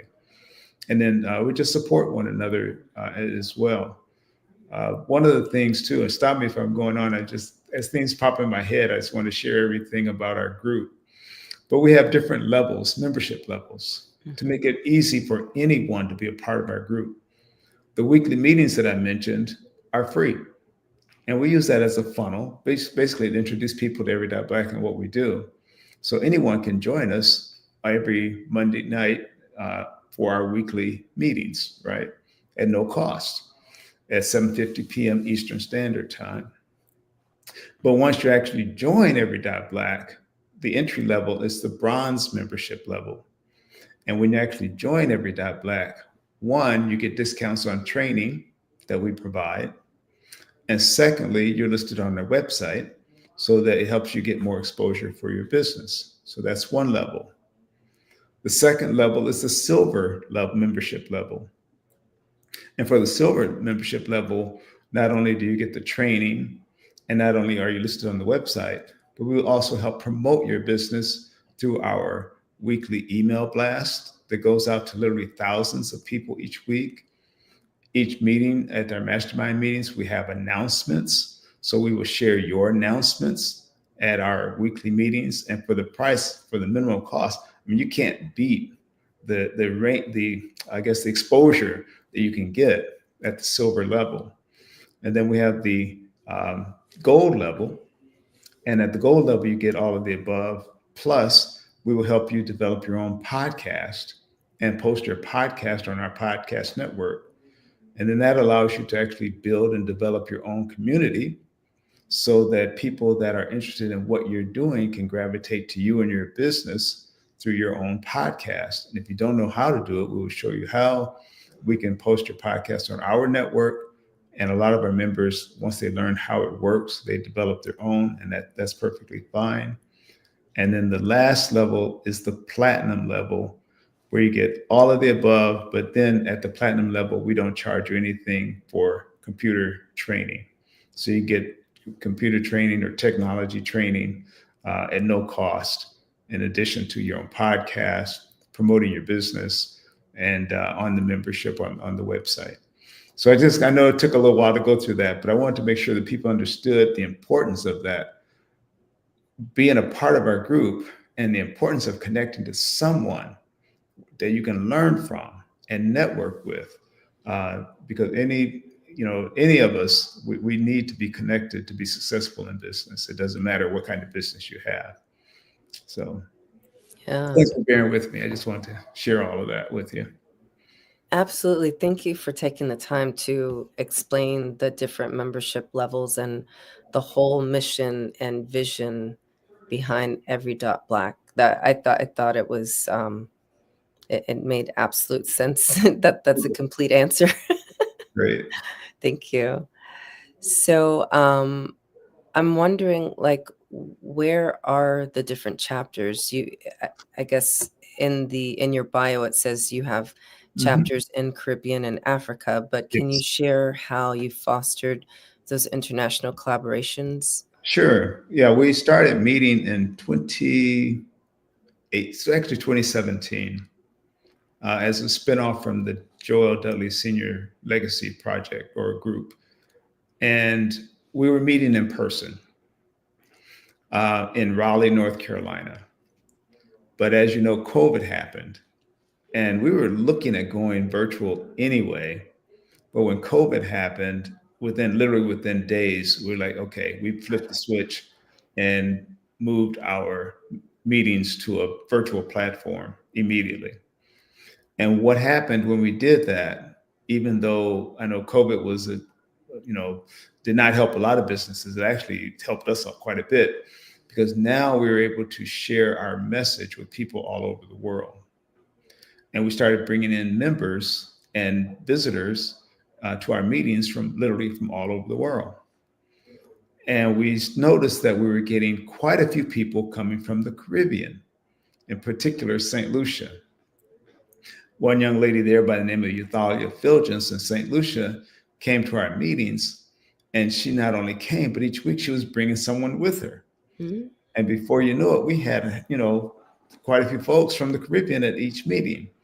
So I reached out to her and I said, how about we start a Caribbean group, a Caribbean Every Black meeting, highlighting entrepreneurs in the Caribbean. And that way we could, one, network. Our members in the US can network, or around the world can network with the members in the Caribbean. And also let's learn about how is business conducted in the Caribbean? What businesses are successful in the Caribbean? What challenges did they have that maybe we don't experience here? And vice versa. And what happened from that is that some of our members from the US began to partner with some of the members in the Caribbean. For example, some of the things that were sold in the Caribbean, they began to ship and sell in the US since they had a connection there. Well, the same thing was beginning to happen from people from Africa. In particular, a young lady, her name is Chito Chimezda out of Zimbabwe, was coming to the meetings. And we noticed that because for her, because of the time difference, she was having to attend at 2 and 3 in the morning, her time, but she was coming consistently each week. Now, anyone's getting up at 3 o'clock in the morning to attend a mastermind meeting, they're serious. Yeah. Right? And so we reached out to her as well. And she has a unique business, is that she finds work for people in Africa, virtual work. Sort of like, a lot of times you'll think of it from the Philippines or from India, that type of thing. Well, she was doing the same thing, but finding qualified people in Africa, finding them work in different parts of the world. And so she came to the meetings because we had entrepreneurs that often need services. And some of our members began hiring the people that she provided for us, highly educated, trained people that just didn't have the work in Zimbabwe. And so we reached out to her to start Every Black Africa, where she began to introduce us to entrepreneurs in Africa, and they would start to share their stories. The other thing that I want to mention too is I said that we also read during these meetings. And so we read about entrepreneurship and we learn about entrepreneurship. So what we did for the Caribbean and also for Every Black Africa, we didn't want to read books written by American authors. We want to read books written by African authors or Caribbean authors. And that was interesting in itself, because how did some of these very successful African entrepreneurs, what's their story? We would want to learn from them. Same thing in the Caribbean. What's their story? How did some of these truly successful entrepreneurs become successful in the Caribbean? So we began reading books, collectively about entrepreneurs in different parts of the world. And those same bonds began to happen between our entrepreneurs in the US, Caribbean, Africa, and I also have to mention Canada. We've had quite a few members from Canada. And so what we do now on the first Monday of each month is that we really make sure we highlight a speaker from a different part of the world on the first Monday of each month. And that's what we've been doing now since COVID happened, when we went virtual. That's what we do each week, and it's continuing to grow. So anyway, that's another long answer to a very short question, but I hope it makes it clear to our audience exactly what we're doing. Yeah. Also, I love that. And so it was just a natural, organic progression of people who were dedicated and committed, it sounds like. Yeah. And because we send out a weekly news letter, and we're also on Eventbrite. And a lot of people will find us organically on Eventbrite. They type in, entrepreneurship or African-American entrepreneurship, anything like that. A lot of times we'll come up, because we've been doing it for quite a while, we actually come up near the top of a search. But you can go to every.black, just go to our website, EVERY .BLACK, we say no .com, no .net, just every.black. .black is the new .com, and all of our links are there for our mastermind meetings and also for joining Every.Black. I want to mention also when people do join Every.Black, they're not locked into a long-term contract. It's a month-to-month thing. You can upgrade or downgrade at any time. And we do that so to make sure that people are satisfied with our service. And but usually what happens when they join and they see the value in it and stick around. So just wanted to share that as well. Yeah, thank you for that. Mhm. So let's talk about like how you help Black entrepreneurs leverage AI and technology and the classes that they participate in.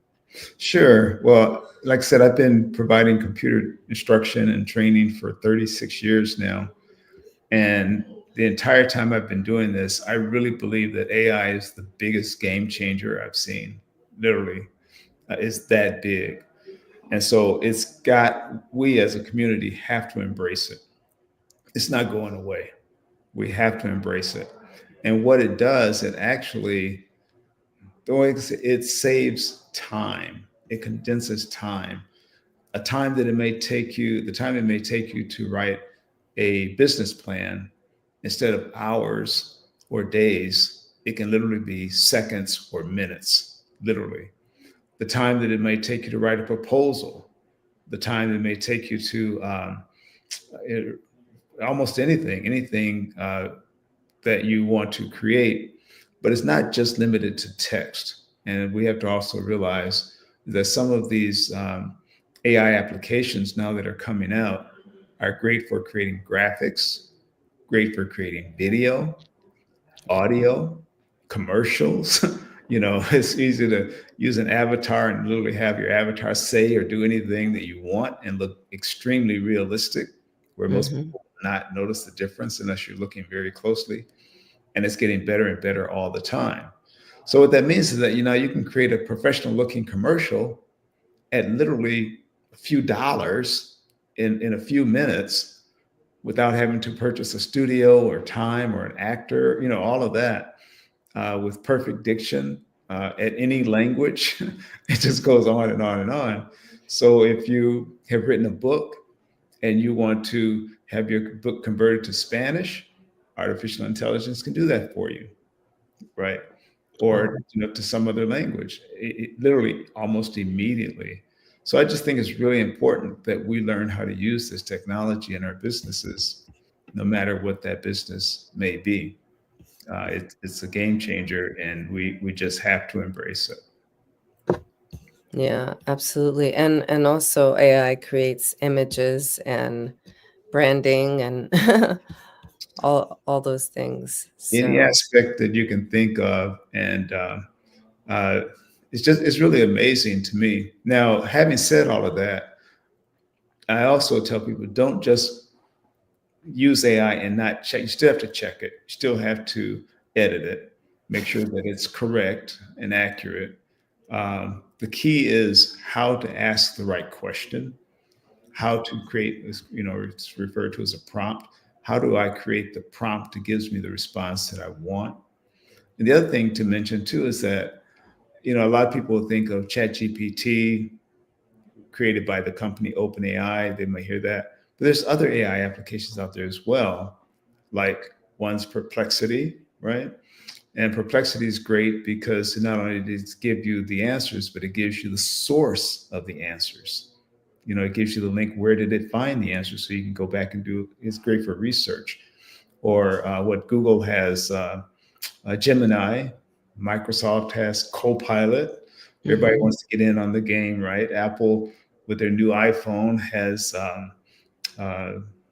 Apple Intelligence, I believe it's called. So basically, all of the big companies are getting into it. And I do want to mention one other company. It's called Latimer. And I want to mention Latimer because Latimer is a Black-owned company. And they address the biases that you may find in your typical AI applications, so that they purposely want to address that. And then also the last thing to mention about that is you can actually create your own GPT without being a programmer. You don't have to be a computer programmer to create your own GPT. And we teach you how to do that to address some particular issue in your particular industry. So, Okay. yeah. Yeah, I didn't know that. I wasn't aware of that there was one that addressed our, biases that come up. It's called Latimer.ai. The founder, his name is John Passmore, I believe. Okay. Passemore, I believe this is how he spells his name. But it's Latimer. It's either Latimer.ai or Latimer.com. But it was created to address the biases that you may find in AI. Our society is biased. And Yes. when you create a prompt or ask a question, the response is going to come back could very well be biased. But his AI or GPT Latimer addresses that for us. Okay, thank you. So I always enjoy talking to you because I learned so much about the latest technology as well as what it is that you're sharing with other Black entrepreneurs. So I would like to talk a little bit about the impact that these weekly masterminds have had on the entrepreneurs who are in your community. Oh, sure. Well, one, I tell people, you've heard this term, I'm sure, birds of a feather flock together, right? Mm-hmm. Or I heard a preacher say, if you want to fly with the eagles, you can't be hanging out with the turkeys. So if you're a part of a support group that promotes and learns and teaches about entrepreneurship, you will begin to learn about entrepreneurship. The advantage is, especially if you're starting out, why make the mistakes that someone else has made? Learn from their mistakes and avoid the mistakes yourself, right? So it just makes sense. If someone has learned how to bake a cake, why figure out how to bake the cake? Why don't you just use their recipe if you already know the outcome? And if they're willing to share the recipe, use it and build on that. So it's just really important to network, to support one another when you can.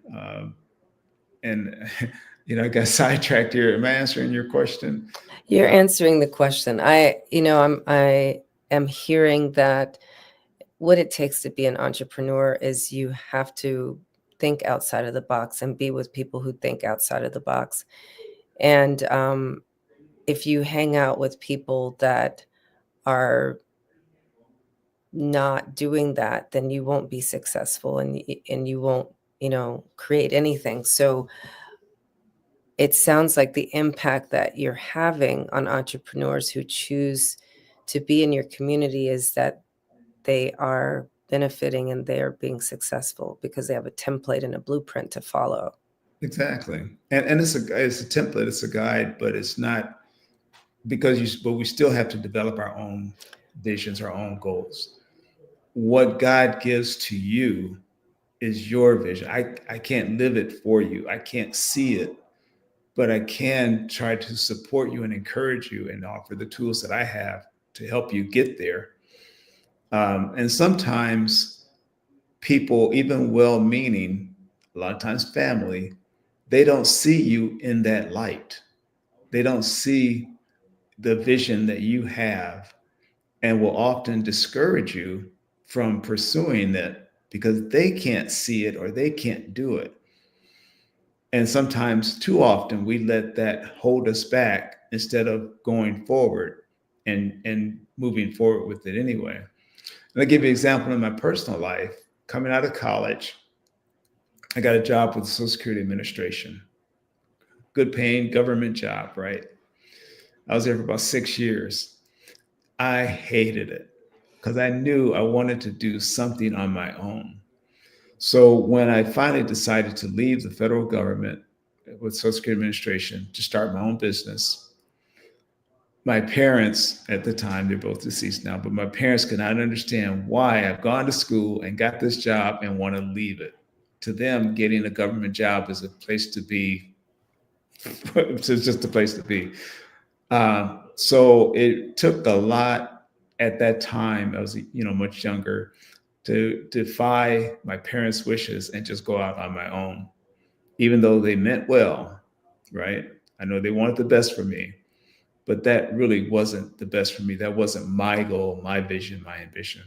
So sometimes we have to break away from those that may mean well and just pursue it anyway.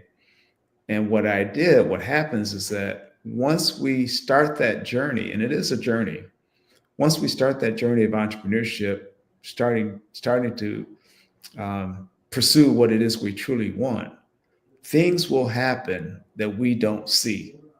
Things will come our way, along the journey, that we will never see until we start the journey. Once you start, the universe just starts to conform to what it is you want to do, as long as you're working at it, persistent about it. So once I started, then I actually met a couple of mentors, one a white guy and one a black guy, that really helped me when I was much younger, because they could see that I wanted to have a business, and they were entrepreneurs, and they helped and guided me along the way as much younger. And I learned a lot of things from them.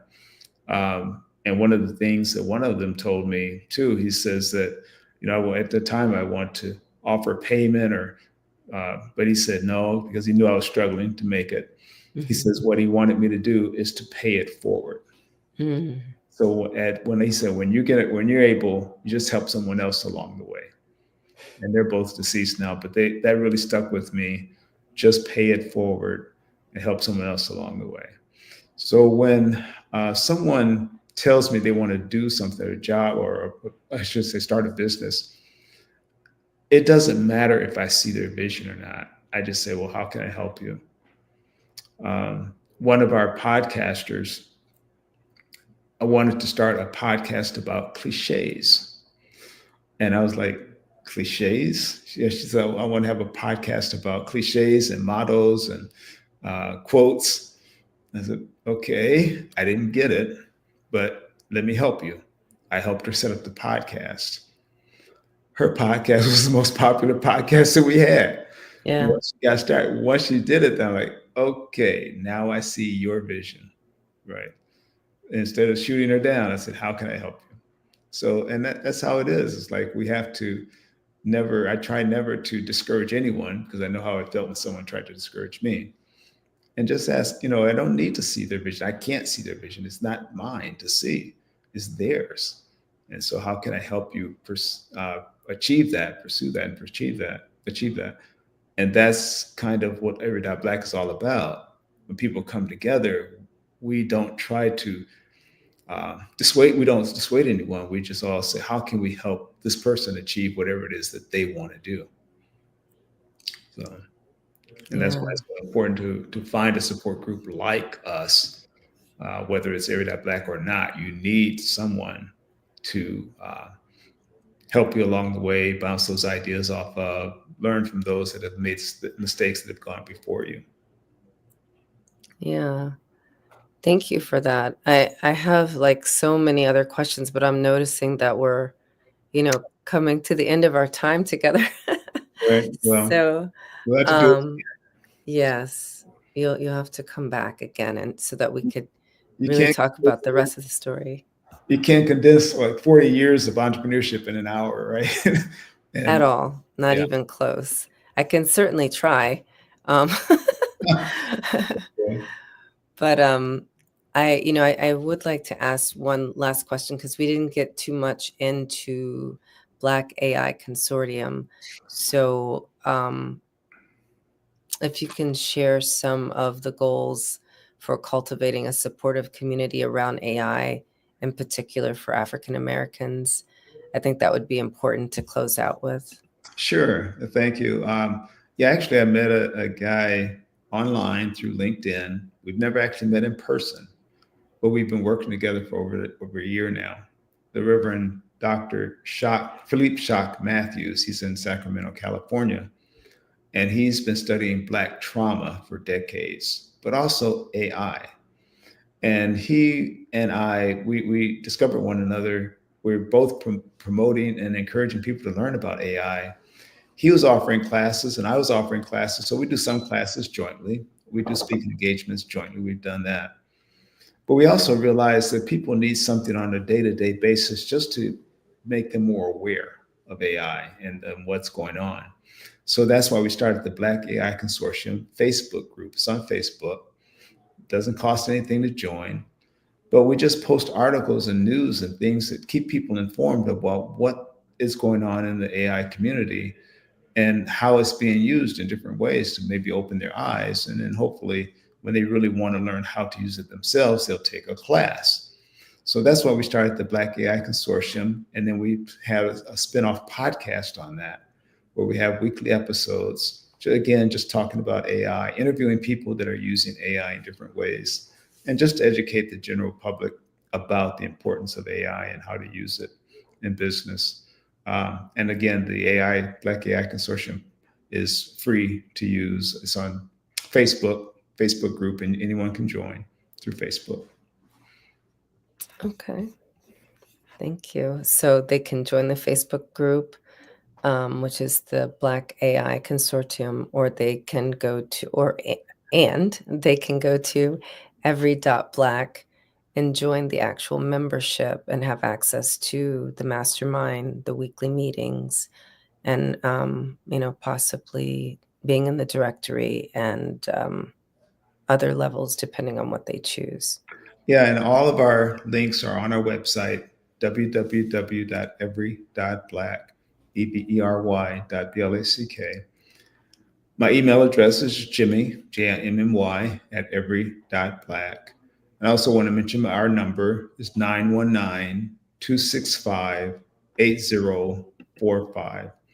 That's 919-265-8045. Thank you. Okay.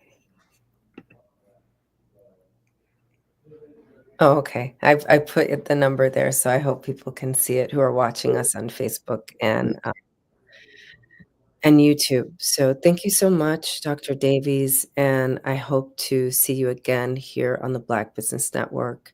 I'd love to. I appreciate the opportunity very much. Absolutely. And genius is common, and we'll see you on the other side.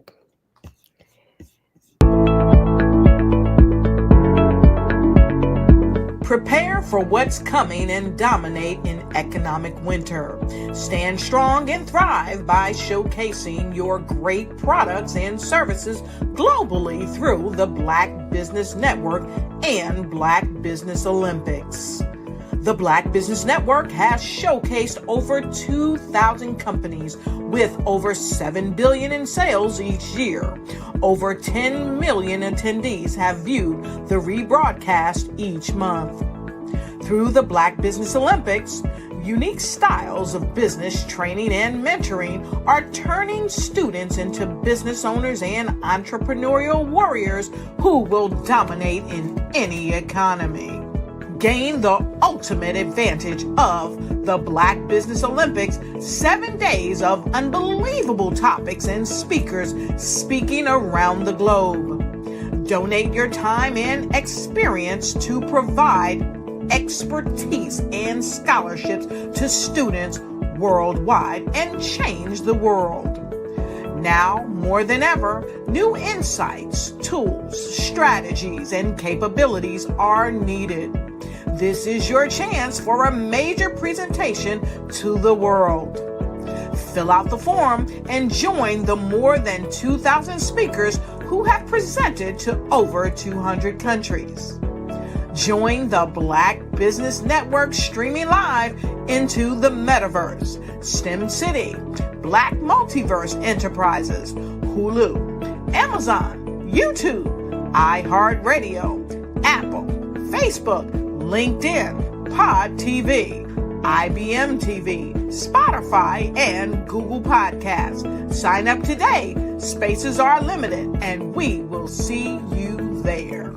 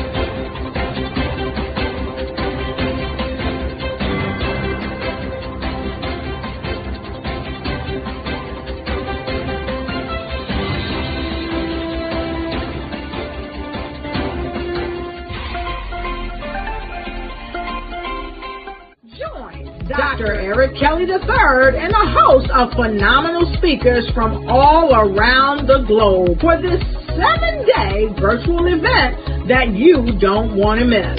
The mission of the Black Business Expo is to raise scholarship money from kids all the way from high school all the way from college. The Black Business Olympics is one of the largest Black business showcases in the world. It is an opportunity for businesses and companies to showcase their businesses globally. We are going to be giving away laptops up to $5,000 away to students.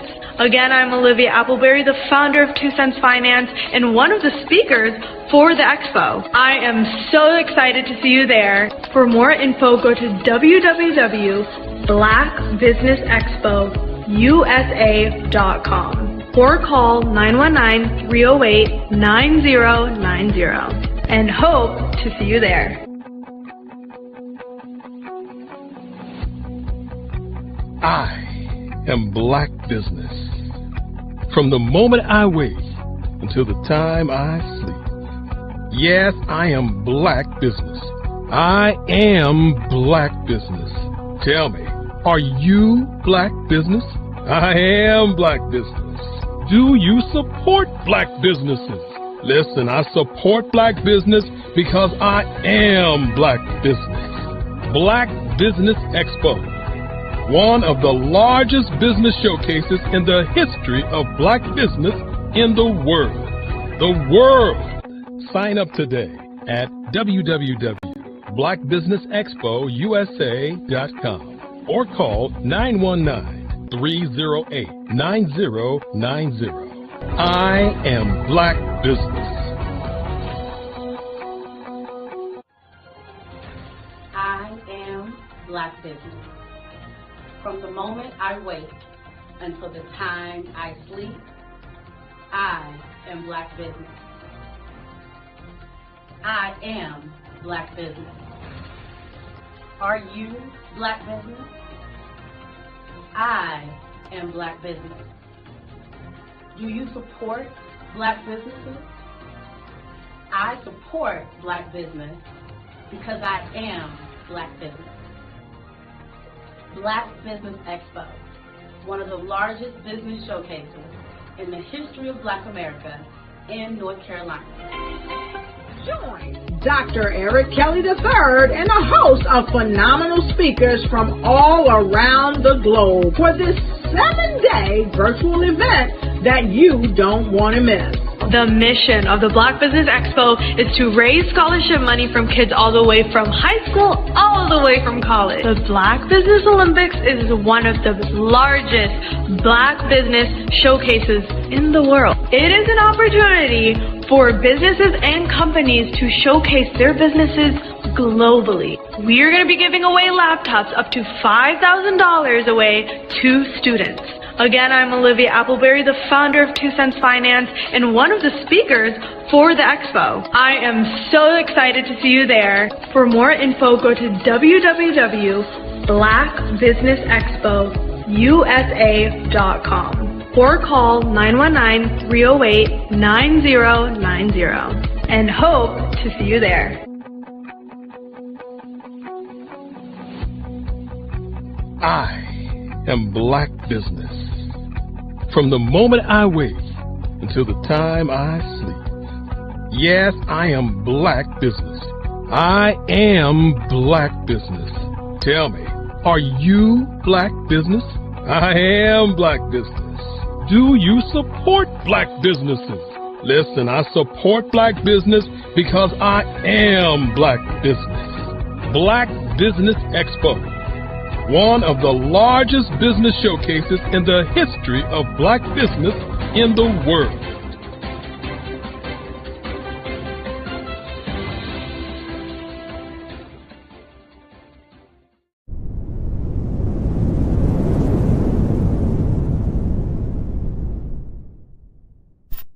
On my day, my name is Cordelia Gaffar, the Ultimate Joy Goddess.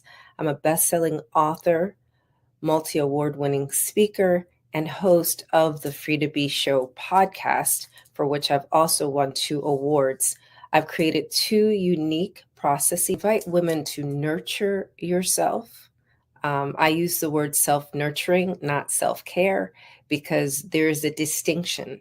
When you nurture yourself, you are caring for every single in your body and every single choice you make.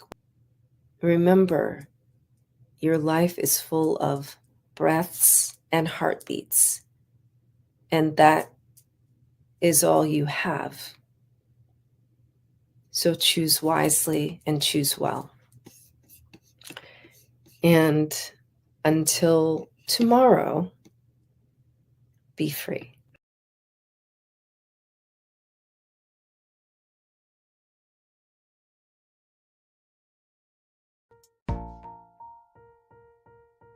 Have you ever seen a parent stressed out and needed a stress reliever with their child? One morning I was coming out of a store and saw a mother and her 3 or 4-year-old son. She was highly upset, actually beginning to yell at him. However, the more upset she became, it seemed the calmer the child became. He sat down on the sidewalk, crisscross applesauce, folded his arms, and looked up at her with a smile. You see, the angrier she became, the calmer he became, because he had the control of the situation. Hi, I'm Frizelma Lynn. I am the CEO and founder of Frizelma Teaching Parents, LLC. I'm a retired teacher, school district administrator, an author, speaker, and I am the Parenting 911 coach. My mission is to rescue families by equipping parents with proven, effective, and practical strategies to enhance their parenting skills.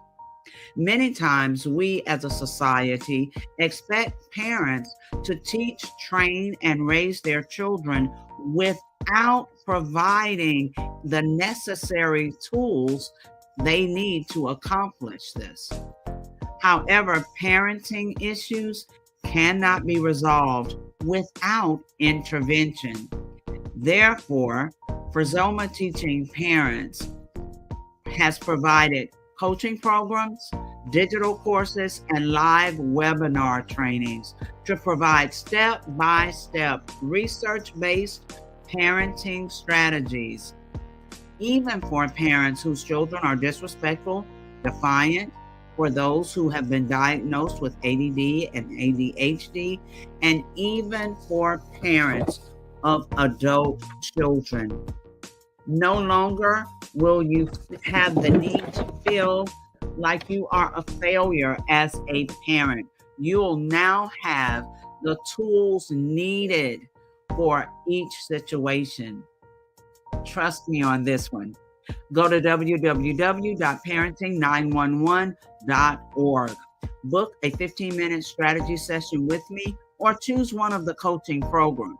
Our training helps parents relieve stress.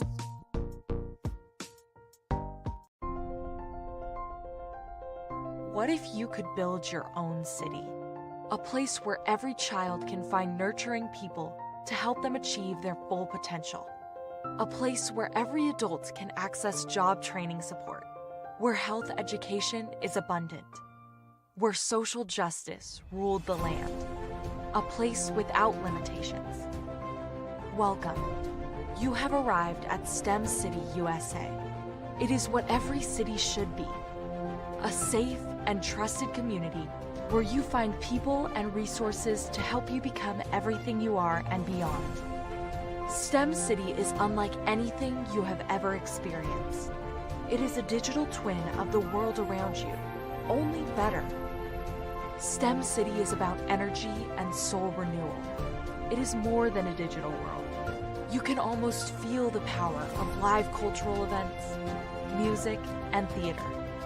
STEM City promises a better future for children with caring mentors and hands-on activities with dedicated tutors to support our youth. STEM City is your passport to a healthy lifestyle with weekly events addressing our community's many issues.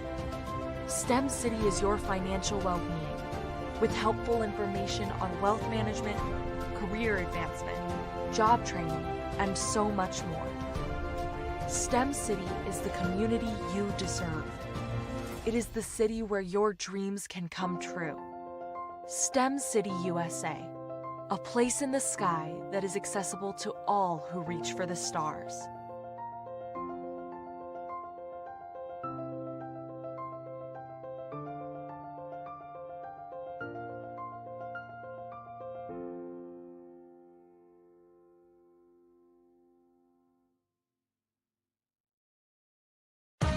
Are you an innovative entrepreneur or business owner ready to embrace the future of business transformation? The world is evolving at an unprecedented pace, and it's crucial to adapt and pivot towards success in this dynamic landscape. At the Hello LLC, we are dedicated to guiding you through this transformative journey, offering a comprehensive suite of services that extend beyond the metaverse and 3D immersive experiences. Our mission is to empower businesses and brands by assisting them in building, branding, systemizing, and automating their operations. We specialize in steering businesses from a two-dimensional existence to a thriving three-dimensional presence, where opportunities abound. We help businesses harness the power of technology to work smarter, not harder, enabling them to operate efficiently and stay ahead of the curve. Our diverse range of services includes Our Biz in a Box is a complete business solution package designed to jumpstart your entrepreneurial journey. From strategic planning to digital infrastructure, we've got you covered. Your one app, one tap solution. Our Motion Work AI videos transform your brand storytelling with our cutting-edge AI-driven video production, captivating your audience like never before. Our 3D VR environments will step you into the future of immersive experiences. With our custom 3D virtual reality environments that engage and captivate your customers. Lastly, in our Pivot membership program, we offer tailored guidance and support to either show you, teach you, or take care of the transformation process for you. According to a 2023 study by Fundera, a staggering 28% of small businesses in the United States do not have an online presence. This statistic underscores the importance of embracing digital transformation. Having a website is more than just an online presence, it's a gateway to unlocking numerous benefits, including reaching a broader audience, showcasing your products or services, generating leads and sales, establishing trust, providing customer support, and maintaining competitiveness within your industry. The Hello LLC is committed to helping you excel in all these aspects of modern business, not just limited to the metaverse alone. Why should you choose the Hello LLC to navigate this transformational journey? By partnering with us and harnessing cutting-edge technology, you can provide immersive experiences for your customers, expand your global reach, reduce operational costs, and enhance brand recognition, all while working with a company that holds integrity in high regard.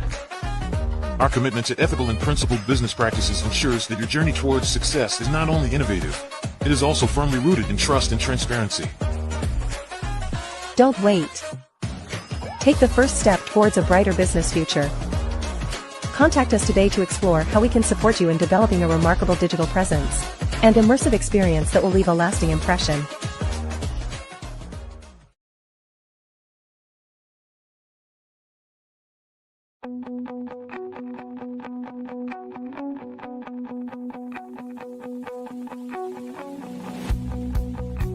I am Black Business. From the moment I wake until the time I sleep. Yes, I am Black Business. I am Black Business. Tell me, are you Black Business? I am Black Business. Do you support Black businesses? Listen, I support Black business because I am Black Business. Black Business Expo, one of the largest business showcases in the history of Black business in the world. The world!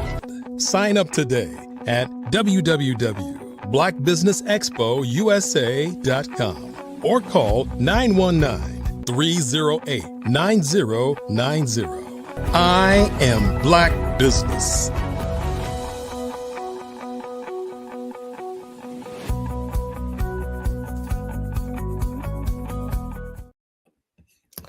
Good day, business owners, entrepreneurs, thought leaders, and corporations. Welcome to the Black Business Network. My name is Cordelia Gaffar, and I am your business moderator for this episode of the Black Business Network. The Black Business Network is a 24-hour business network showcasing Black businesses, business owners, entrepreneurs, and thought leaders worldwide. We have speakers from North Carolina, London, Singapore, Africa, Japan, and cities all over the United States. The Black Business Network is a global community sharing its business knowledge to empower, inspire, and educate businesses about business. In this next segment, I actually will be doing a presentation. So I am Cordelia Gaffar. I'm the founder of Workout Around My Day Incorporated and an author and an award-winning podcast host of the Free to Be Show. I help and I invite people to choose joy so that they can actually enjoy their lives. And today I'm going to share on the Black Business Network about how you choose joy to nurture your business. I know the two seem not to be related, but they're actually very necessary in order to nurture and grow a business. For those of you who missed the fireside chat I just had with Dr. Jimmy Davies, he talked about the importance of community and why he created his mastermind with Every Dot Black. So I'm beginning here with when you start your business, it requires a team, right? So for the joy of your business, you want to actually enjoy the mission and vision that you're bringing to the world. And in order to do that, it requires support. And so I'm talking about creating internal structure. And whatever it is that you're not great at, you want to have team members that are experts in those various areas. So begin by mapping out what are the things that you love and enjoy, what are the things that you do not love and enjoy, and what can be delegated. I know the first thing that you're probably thinking is like, I may be starting without a lot of capital. I may not have investors. I may not have, sources of income to create a team. So this is where you get to be creative, right? So there are resources that people will happily receive in exchange for being a team member, right? So there are resources that are not money, to be clear, that people will happily receive and, and share their expertise to grow your mission and your vision and your business. And so here I'm inviting you to consider a way of thinking outside of the box where you're not exchanging just money for time or expertise, but you're instead exchanging an actual resource for another resource, because that's what time and expertise is also, right? It's a resource. So think of ways that you can create that for yourself. Do you need a bookkeeper, right? Maybe you're not someone who's great with numbers. You're not someone that knows the distinction between running a business account versus a personal account and keeping track of that money and keeping, and keeping track of everything to prepare for the end of the year or stay on top of the laws for taxes. Many tax professionals would love to have great testimonials, right? So that is a resource, and that would be a source for someone else. So if you need a bookkeeper, offer, like right now, I don't have a lot of income, but I do need your expertise to help me to set up some systems in place. And you can come up with an exchange. I'm not saying it's a barter system, but it's resource for resource, and find out what it is that they require. Same thing. If you find social media daunting or intimidating, again, this is another opportunity where you can find people. There are sometimes students that you can approach who are learning the latest and greatest and know what platforms would be best suited for your type of business. And so this is another opportunity where you can offer, they get more experience to support your business and set up an infrastructure for you to have, a presence on whichever social media platform is best for your industry. And so I invite you to consider approaching building your team from a resource for resource, as opposed to just thinking of what you have to go without because you don't have money or you don't have capital. And so this is something that is, this isn't new, right?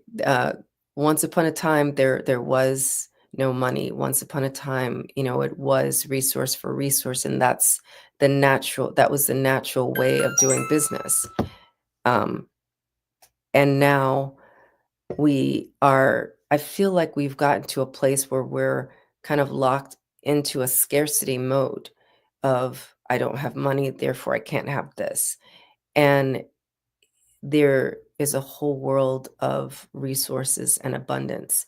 So my invitation here for the joy of nurturing your business, think of ways that you can offer the resources you have, which are abundant, for resources that you require. And so really review what are the things that you require to build your business. I know I started like with the outer portion of building a team, but let's take a couple of steps back and look at your inner world, right? Because like I said, a lot of times we're thinking in scarcity mode, as in time for money or money for time. But if we can just begin with ourselves, with making an intention to start your day, right? It could be related to one thing that's really helped me, for example, is I give each day a theme. So today is Wednesday. And what is it that I can do to focus on winning today? Like, what are the requirements that you have for your business this week? Are you not getting enough sales?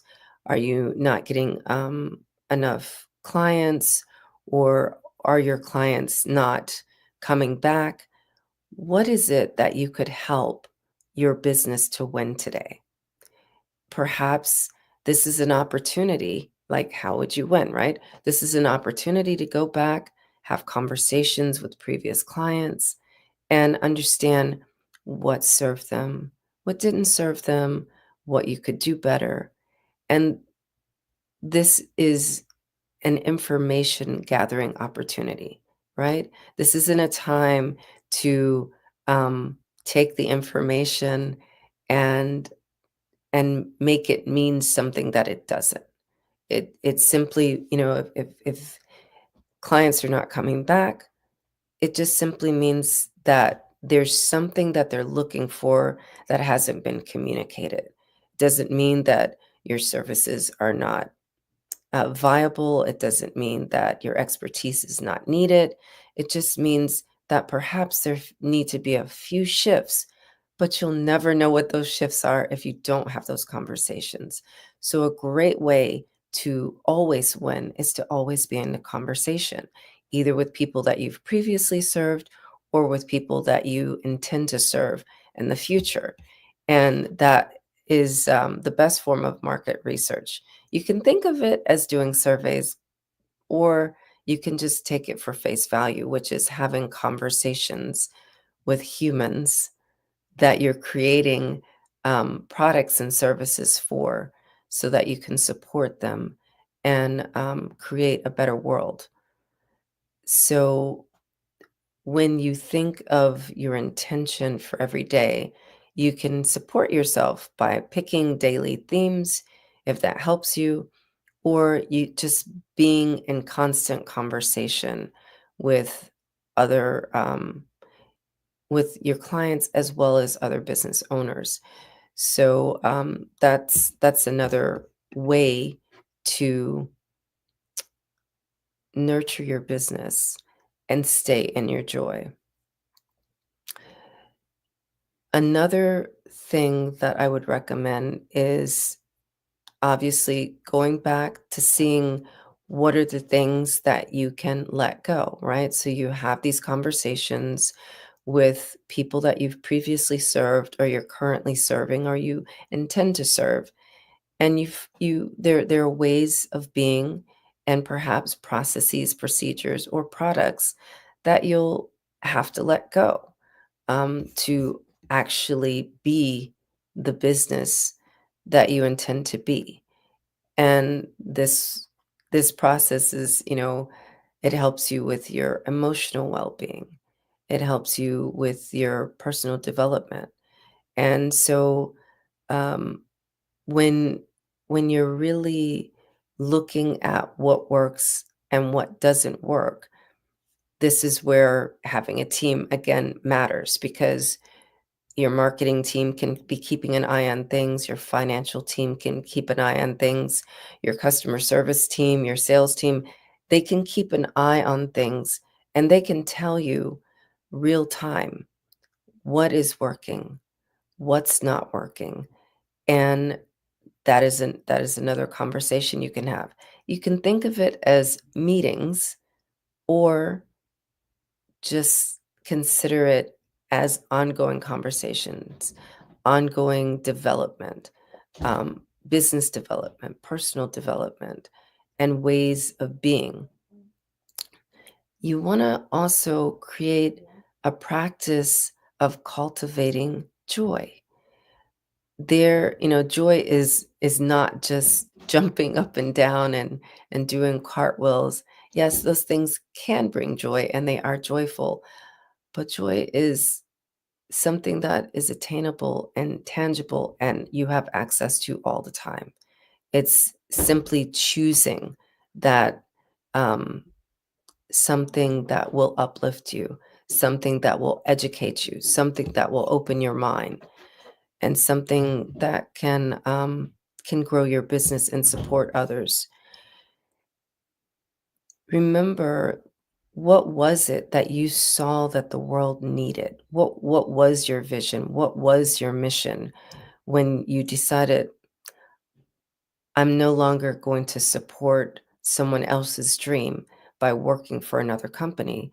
Instead, you've decided that you have something better to bring to the world, something that perhaps the world has seen before, but not in the way that you can offer it. I say that life is best lived in the subtleties.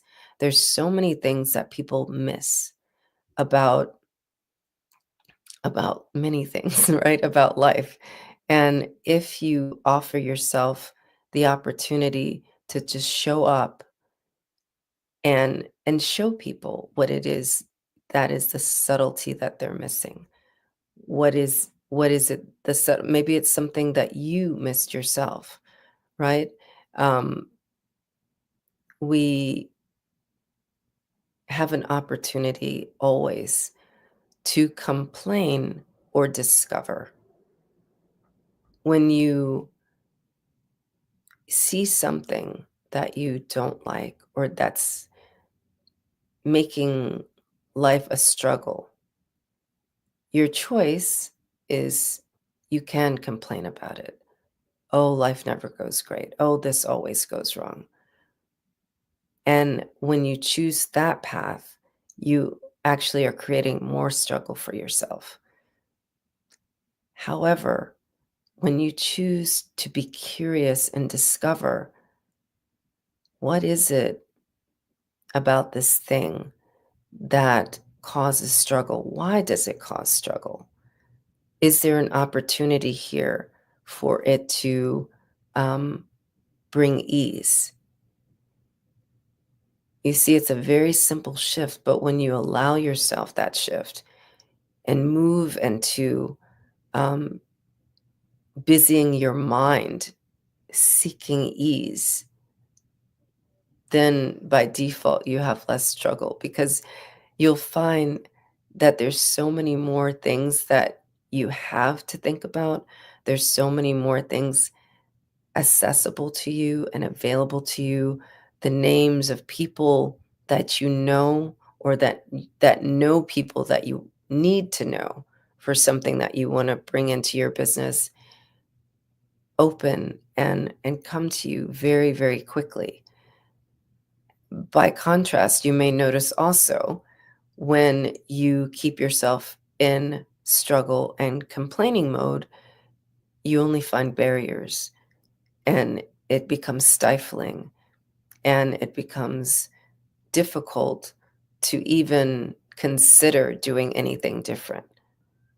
It's almost like when you choose struggle and complaining, you shut everything down. There's no electricity going to the brain. There's nothing happening.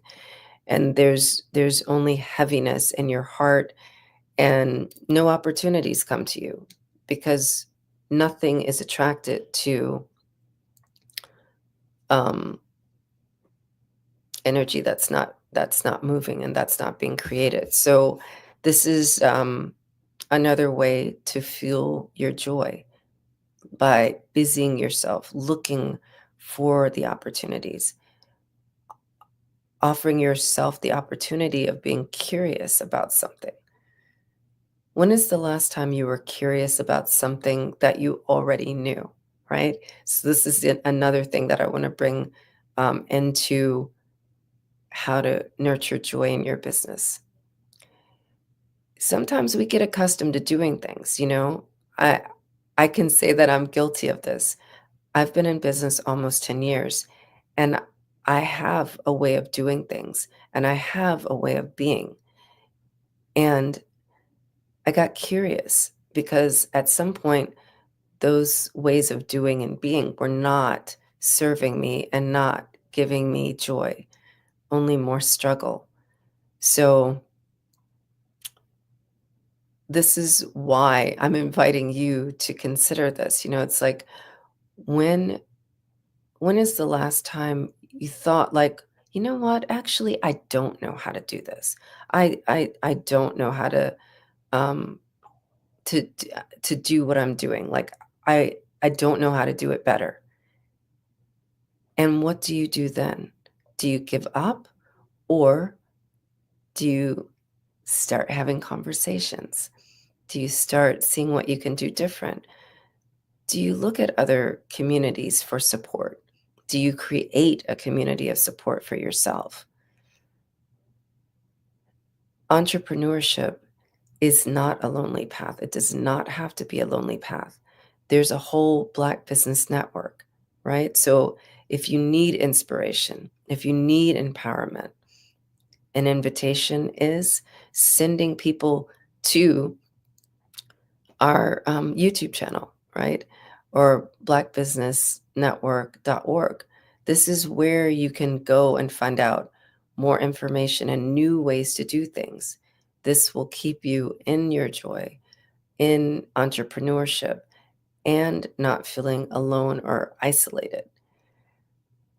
Maybe you're thinking you need more speaking opportunities. Again, the Black Business Network is here for that. We recently sent out a newsletter offering or letting you understand, when you have a speaking engagement here on the Black Business Network, that is equivalent to at least $7,000 worth of marketing. Just think about that as a grant, right? As a scholarship. You just, by taking 40 or 45 minutes here on the Black Business Network to talk about your business and share your mission and your vision, that can keep you in your joy. It can keep you nurturing your business and in conversation with other entrepreneurs. I'm so grateful for every time I get to moderate and have fireside chats here, because I learn something new. I get curious and discover, like, a blind spot. So you never know everything. And it's always great not to know everything, because we live in a world of 8 billion people, about a billion of them, I don't know if it's a billion, but quite a few millions of people are entrepreneurs. And some of them are being successful. Some of them are having struggle. Some of them are pausing. Some of them are choosing to collaborate. And these are all different avenues and things to try and ways to support yourself. Speaking of collaboration and, opportunities for yourself, is there someone who's in your business network who is in a complementary industry that perhaps could support you and give you less struggle and more possibilities and more opportunities? Think about that. There's so many openings. We now have not only the in-person world available to us, but we also have this virtual world available to us. And I do love to get on a plane, but sometimes I don't. Like sometimes I just want to sit in my home office behind a computer screen and have the opportunity to have conversations with other entrepreneurs and see what they're doing in their country, in their local community, even if it's another city in the United States, just so I know that there's someone else out there who may be like me, but they're given a specific gift and they get to show up differently. And so this changes your vocabulary, right? I really want to spend a lot of time talking about this. Words really create your world. Think about the way you speak. Think about the things you say. Think about the things I've said so far, right? So I've talked about ways to create a team without traditional resources, right? Without money or capital. Ways to create a daily intention. Ways to create your daily practices. But of all those things, it begins with your words, the words you choose. You get to, right? You get to live another day. You get to breathe. You get to see things differently. And as an entrepreneur, you're not 100% sure. I'm absolutely sure you will not see things the way the average person sees things. And you're not always going to have someone to tell you to hang in there and that what you're doing is great. In fact, there are going to be a lot of people that are going to tell you, give up, get a job. You're going to be a lot of people that are going to say, I don't even know what you're talking about. I don't get it. I can't get behind that. That's why your words matter. Your words create your world. So don't look for other people to understand your vision. Don't look for other people to even pat you on the back and say how wonderful you are. You have access to creating your own inner joy bubble because you are the light of your own world. And I'm not meaning this in a way where you are like falsely being positive with yourself. But if you are actually present in every moment, you'll see there is only possibility. There's only opportunity. There's only things to discover. There's only things to be curious about. There's no struggle in the present moment. It just is. It just exists. And so when you choose your words in the present moment, as you're creating something, you are you are actually creating that thing.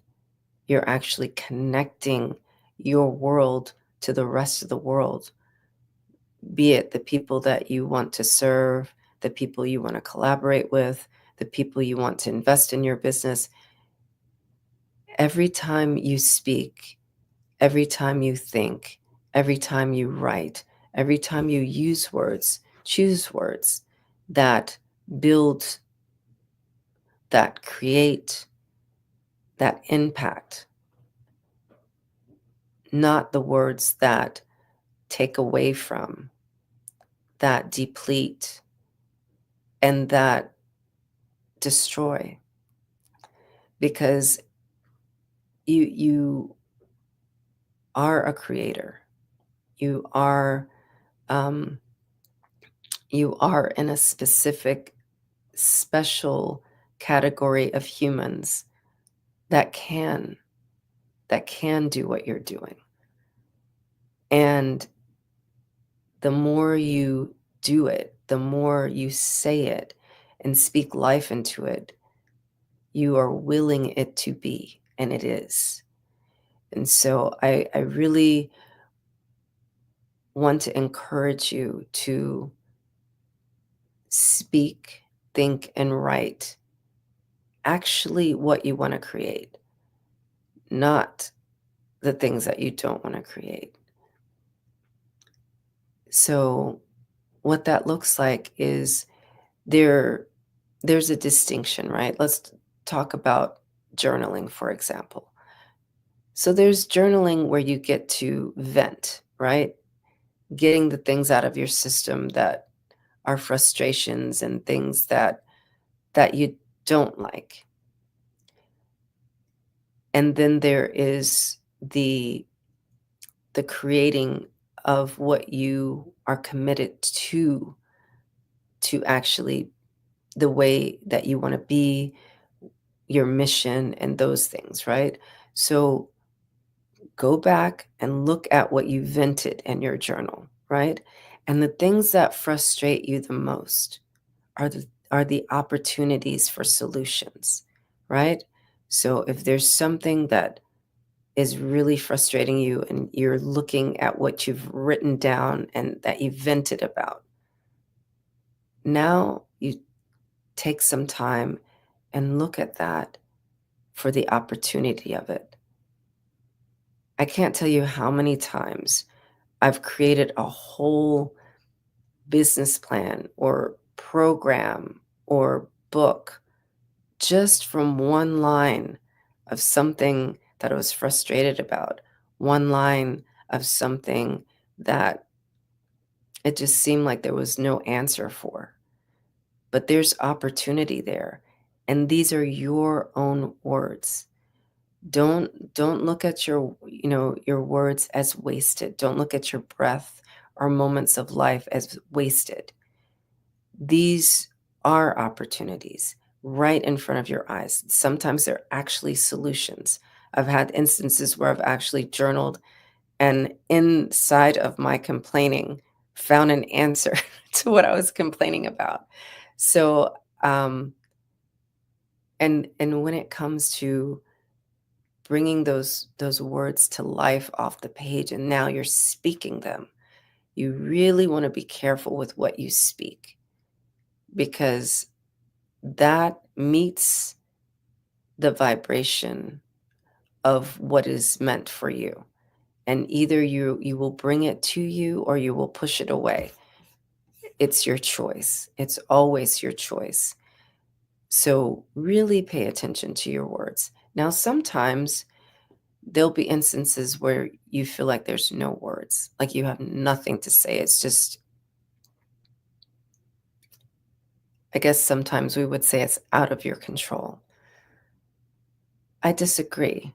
I disagree on 2 points here. First of all, yes, there are many things that we cannot control, and you don't have to control them. It's not about the control. It's about the creating the synchronicities and harmony. And so You can sometimes just move yourself, right? And I'm moving away from talking about writing and speaking, and I'm talking about moving your body, being in movement. I know, like, during COVID, many people were suddenly on hiking trails. This is something that is available to you every day and can keep you in your joy. You don't have to go on an actual hiking trail. However, studies show that when you spend time in greenery, it sparks up parts of the brain and illuminates them and changes your neural pathways. So, for your consideration, even if it's cold where you are, spend some time outside and move your body.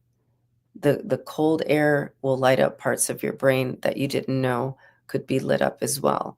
And, you know, the warm air as well. So don't let the temperature outside deter you from moving your body. Whether it's hot, whether it's cold, go outside, move your body, and you'd be surprised at the wisdom that will come through. Because sometimes when we think that we're at our wits' end and we have no answers, we have no words, we have nowhere to go, right? There's always walking around the block and changing your perspective just from changing your environment. And as a somatic movement facilitator, I highly recommend you moving your body and dropping into your body, because the body has a lot of wisdom in it. Proportionately, we're more body than we are brain anyway, but that's a whole different conversation than we're having today. For what I want to mention today is, don't confine your words just to what's happening in the brain. Remember that you have a heart, you have legs, you have arms, you have like a whole body of wisdom that wants and does speak to you every day. Give it some time and space and breath so that it can come up and help you to cultivate more joy and nurture that in your life so you can continue your mission and vision and building your vision, building your business. And I encourage you to, like I said before, this is an opportunity. Being here today, watching the Black Business Network is good for you. And speaking on the Black Business Network is even better. There are two forms of speaking you can do. You can either have a fireside chat, which is great, right? To my earlier point of being in conversation with other entrepreneurs. And you can also just choose to give a presentation where you can simply, like I've just been doing, share your perspective on how you've built your business and what your business offers and how it can support other people. And also, the greatest part of the Black Business Network is it's here to support students who want to build businesses of their own, or they want to go to college and learn about how to build businesses or some specific skill set so that they can build their business. And you can support those students by going to www.blackbusinessusa.com, and you can donate money. So this is every day you have an opportunity to nurture your joy, nurture your business, just by choosing to. It's so simple. It's the most subtle thing and most, I would say, the most easeful thing that you can actually do is to make a choice to build and not destroy yourself, your vision, or your mission. So that is what I would like to share today as far as all your opportunities and ways of nurturing yourself and your business. I like to say for the love and joy of your business, go within, be intentional, choose your words wisely, build your team wisely, and slow down. Just slow down and be in the subtleties that are available to you every day. So every dollar counts. We want to remind you to donate to the scholarship fund. And we want to thank our Black Business Expo USA sponsors. We have NC 100, Moody Capital Partners, Suede Soul, Lotus Richer Coaching and Training, Carolina, Virginia Minority Supplier Development Council, Step Management, Barbara H. Smith, LLC, Margie McLean Foundation, Inc., Genius is Common, Earth Essentials, Melaine Cheney Global, Executive Business Success Institute, The Quality Coaching Company, Superwoman Business Services, Creative Force Studios, Lee Entertainment, Artistic App Design, and Black Business Expo USA. Genius is common, and we'll see you on the other side.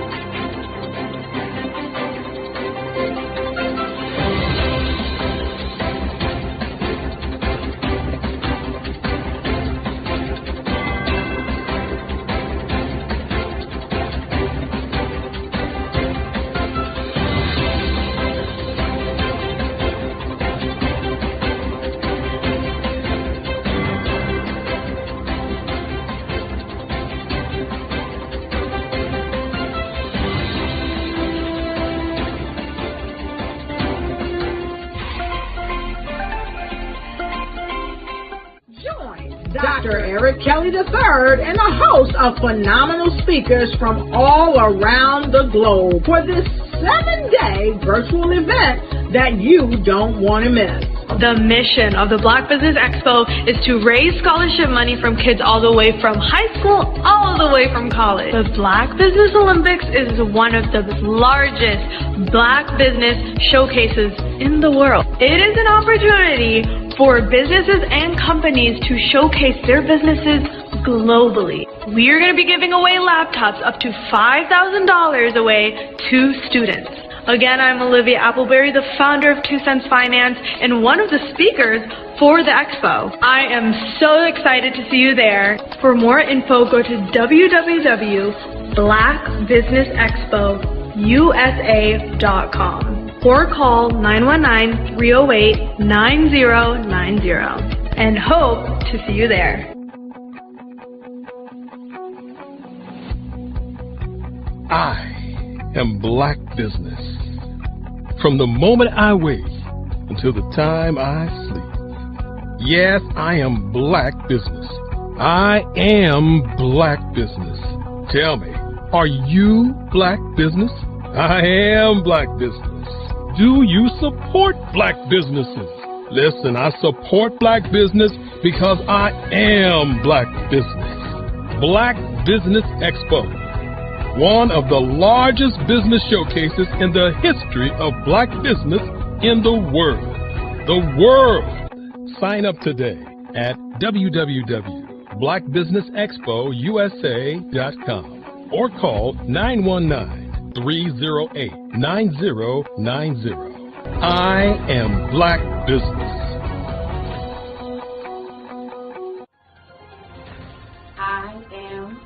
Black business. From the moment I wake until the time I sleep, I am Black business. I am Black business. Are you Black business? I am Black business. Do you support Black businesses? I support Black business because I am Black business. Black Business Expo, one of the largest business showcases in the history of Black America in North Carolina.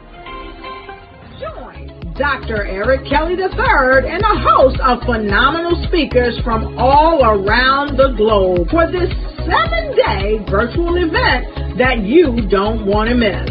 The mission of the Black Business Expo is to raise scholarship money from kids all the way from high school all the way from college. The Black Business Olympics is one of the largest Black business showcases in the world. It is an opportunity for businesses and companies to showcase their businesses globally. We are going to be giving away laptops up to $5,000 away to students. Again, I'm Olivia Appleberry, the founder of 2 Cents Finance and one of the speakers for the expo. I am so excited to see you there. For more info, go to www.blackbusinessexpousa.com or call 919-308-9090 and hope to see you there. I am Black business. From the moment I wake until the time I sleep. Yes, I am Black business. I am Black business. Tell me, are you Black business? I am Black business. Do you support Black businesses? Listen, I support Black business because I am Black business. Black Business Expo, one of the largest business showcases in the history of Black business in the world.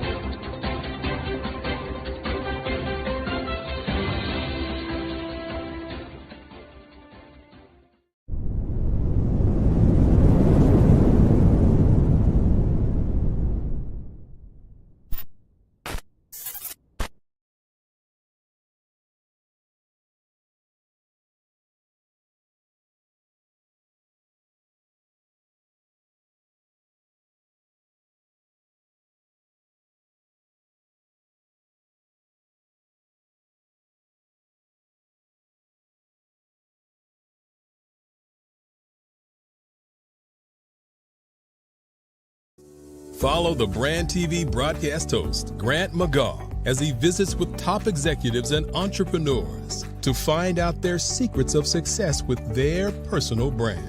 Follow the Brand TV broadcast host as he focuses on brand development to build better relationships, bring value to your business, relationships, and career. You will enjoy listening to each episode that is tailored to speak to you directly. If you're looking for this type of clarity in terms of building your brand, you have tuned into the right station. Each episode will help you to shape a conversation in the 5-star BDM network of 20,000 professionals and become a springboard for your corporate engagement and business opportunities. Each guest will frame their story in the areas of personal branding, business development, career development, financial empowerment, and technology innovation. Grant McGaw explains why he is the CEO and owner of his own professional career. Grant is an accomplished business leader and entrepreneur who wants to give back to individuals to grow their personal brand strategy. Tune in as he weaves his story about new possibilities, while to you exceed expectations. If you love storytelling, this show will make for fun.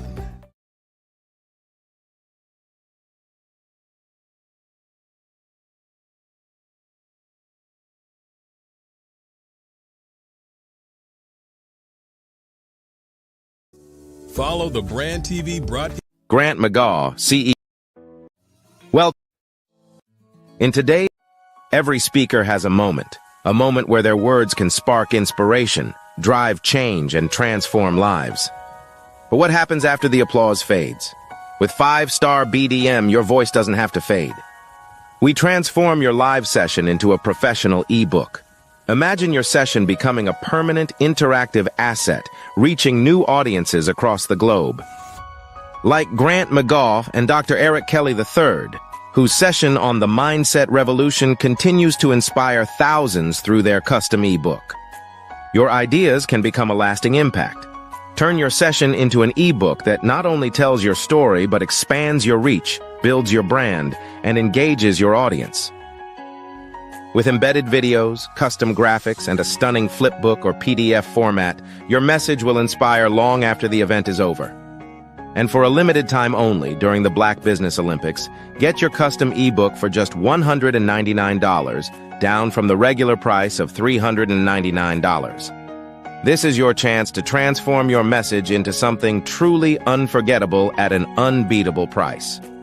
Your package includes a professionally designed ebook, a flipbook or PDF, embedded video of your session, and custom graphics. Everything you need to showcase your message in a way that lasts.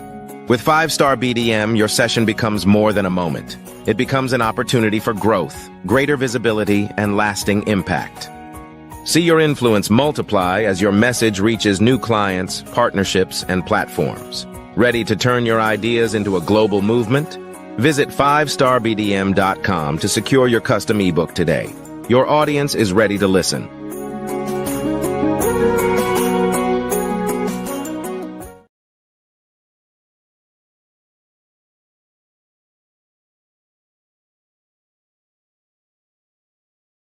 Sometimes you got to hear the news from the Black perspective, and more specifically, Black publishers. And that's exactly why you have to download the HeyTie app, the largest mobile app delivering breaking news, videos, and podcasts from 200 of your favorite Black publishers. Yes, 200 Black publishers delivering news as it happens, literally all in one app. Go to HAYTI.com or download the app in the Google Play Store or Apple App Store. It's completely free, along with information that you can trust, so go check them out.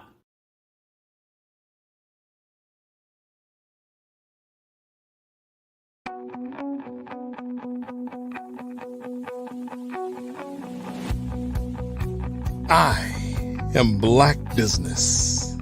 From the moment I wake until the time I sleep. Yes, I am Black Business. I am Black Business. Tell me, are you Black Business? I am Black Business. Do you support Black businesses? Listen, I support Black business because I am Black Business. Black Business Expo. One of the largest business showcases in the history of Black business in the world. The world! Sign up today at www.blackbusinessexpousa.com or call 919-308-9090. I am Black Business.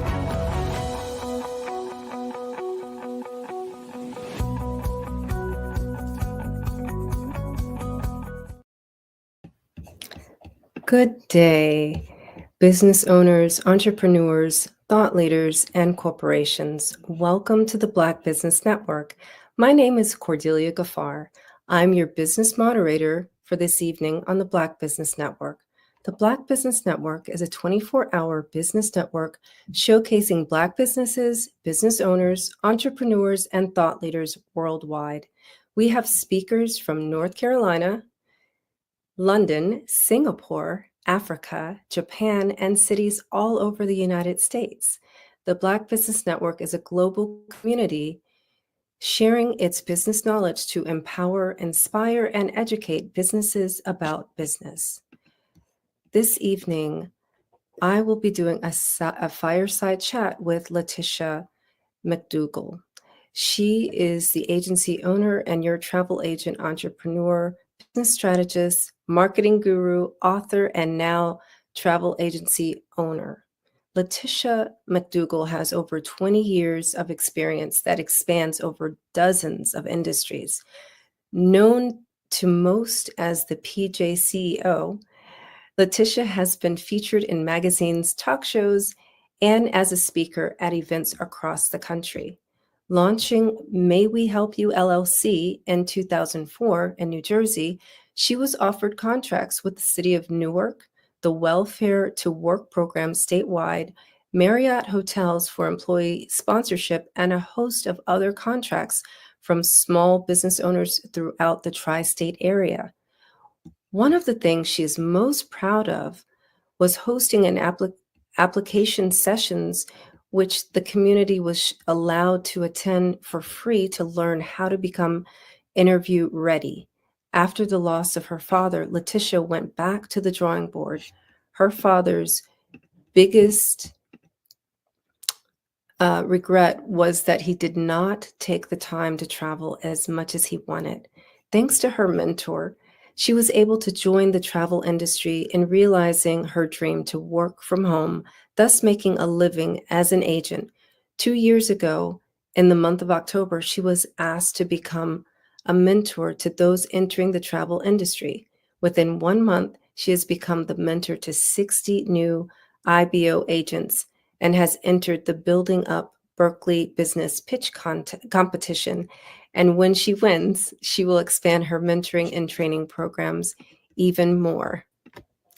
Hello, Letitia. Oh my goodness. I just met you last month because I actually attended a Berkeley Black-owned business community event, and you were there. Yes. And so I had to recommend you to the Black Business Network. And Welcome. I thank you so much for doing so. Thank you so much.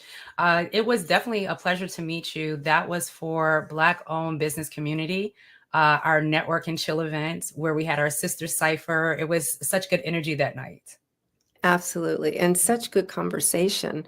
So, we heard the abbreviated version, but what what has been your career journey? And Well, yeah. I used to work for others, like so many of us do, right? Mhm. And I was working with someone who was a close friend of mine at the time. She got this huge contract. She said she was going to make me a partner when we finished the first order. And of course, it didn't happen. So at that time, May We Help You was developed because I said, going forward, people are only going to do business with me, business to business. We're going to have Mhm. contracts. We're going to, even if we have to make new arrangements, I'm never going to be kind of stuck on someone else's dime ever again. Mhm. And my first reach was the businesses in my neighborhood. I wanted to help them with marketing. That's when websites started to become a little bit more affordable. More people had access to be able to do it. You can build a site for someone and they can kind of run it on their own. They didn't need a webmaster. Yeah. Oh, yeah. I remember the Use, webmasters. simple tools, but being able to showcase them. So I kind of took that drive and took that, what I was doing, and started getting government contracts thanks to my uncles, come from a family of entrepreneurs. And that's when Newark was about to start changing a lot of development. And they wanted to make sure that small business owners, minority business owners, women business owners also can put in for those government contracts. So they made us come downtown, work hard to understand how to fill out those grants and forms. We took like 3 weeks of classes just to kind of get into that know-how of getting everything together.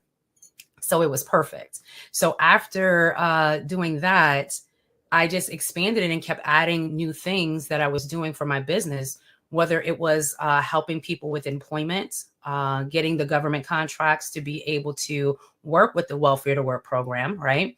And just so many other things. I've probably touched everything from cleaning. We tried everything with May We Help You, because you just never know what's going to be a fit. And when I could get it to work and it wasn't 100% beneficial to me, I would just sell that part of the business off to an employee that I saw could probably keep it going. Okay, let's dig into this. I like this. Because a lot of people, first of all, I'm going to say this, and for no other reason except for optics. All day long, I've been interviewing men talking about business. And so and we got a woman now. Yes. Who's killing it. You know what I mean? Thank you. So Thank you. I love the part where you said you had the one bad experience, right? And you found a solution that has generated a lot of money for your business and a lot of success. Yes. Specifically, you said you only do business to business contracts. Let's talk about that, because we do a lot of sisterhood padding and let's collaborate, but let's get educated on how to actually do it. Absolutely. So it has to be something that this business needs. You have a service and you're going to say, I am delivering this product or service to you at this time for this many months. You want to make sure that if they have partners, everyone is in line with what's going to happen with this contract. I'm very loose with, if you find that you don't need the services anymore. I'm not one of those people that's going to say you have to have it for this many months. However, I have had where I've turned over websites that I've developed, and then someone has tried to go back into one of the merchants and get a refund for it, but try to keep the site. So because of the fact that I have the documentation of the beginning of us getting into business, what my deliverables are going to be, what the expectations are, if there is any refunds. And when you're doing something like that, how can I refund that to you? You're not returning anything back to me that I can give to someone else, right? Mm-hmm. So you have to be very clear in your intentions and even if it's just a project, you're going to work with this person for 3 months, make sure that is spelled out in plain. So there's no surprises on both ends. Once you are satisfied and your client is satisfied with this particular situation, as I stated, I prefer to work with entrepreneurs. I prefer to work with small business owners. I've worked with medium and large size businesses, but in that case, I also want to sit with your board. Just because you say you could be the owner, but if you have a board, you can tell me that you love this, you want this. I start doing the work, and then your board says, we didn't agree on this. So as a business owner, know who you're stepping into that room with. Everybody needs to be at the table, even if they're only at it for the end portion of that discussion. You need to make sure that everything is agreeable. Now, if it's something that is going to be $5,000 or more, bigger projects, then you definitely want to get a lawyer in line just to make sure everything is fact checked and that you didn't leave anything out. Or they can have a lawyer look over your contract just to make sure that they are getting everything that they're supposed to receive. As long as somebody's looking at it, you have a third party, because the more money that's involved, the more people want perfection. Right? Rightly so, right? It's a major investment. Absolutely. So I've been doing that for a long time with some of the clients that I have, like I stated, that are smaller businesses. As long as when I write in the invoice, I may just have a small contracted information in the invoice itself to make it simple for both parties.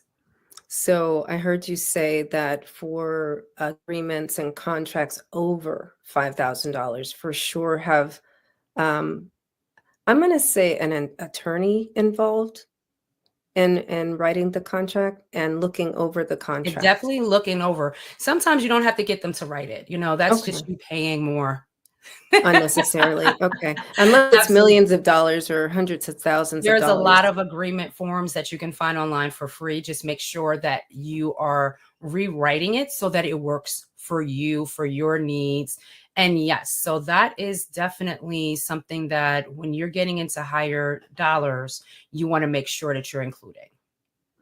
And then if it's under that dollar amount, you can put terms directly on the invoice. That is correct. The way that I built out, I'll have terms and conditions. I'll have additions. Let's say if a month from now we decide to amend it, then when I send out your next invoice, it's going to have that amended information on there. Maybe you want to extend it. Maybe you asked me to include something else that wasn't originally in the budget that we came up with. So as long as you're always keeping yourself clean and you're making sure that that owner has a clear understanding of the intent of the product and service deliverables, then we're all on the same page. Yes. So this brings to mind, I worked a little bit in the tech industry, and so we have what are called teaming agreements. Is that something that you also use?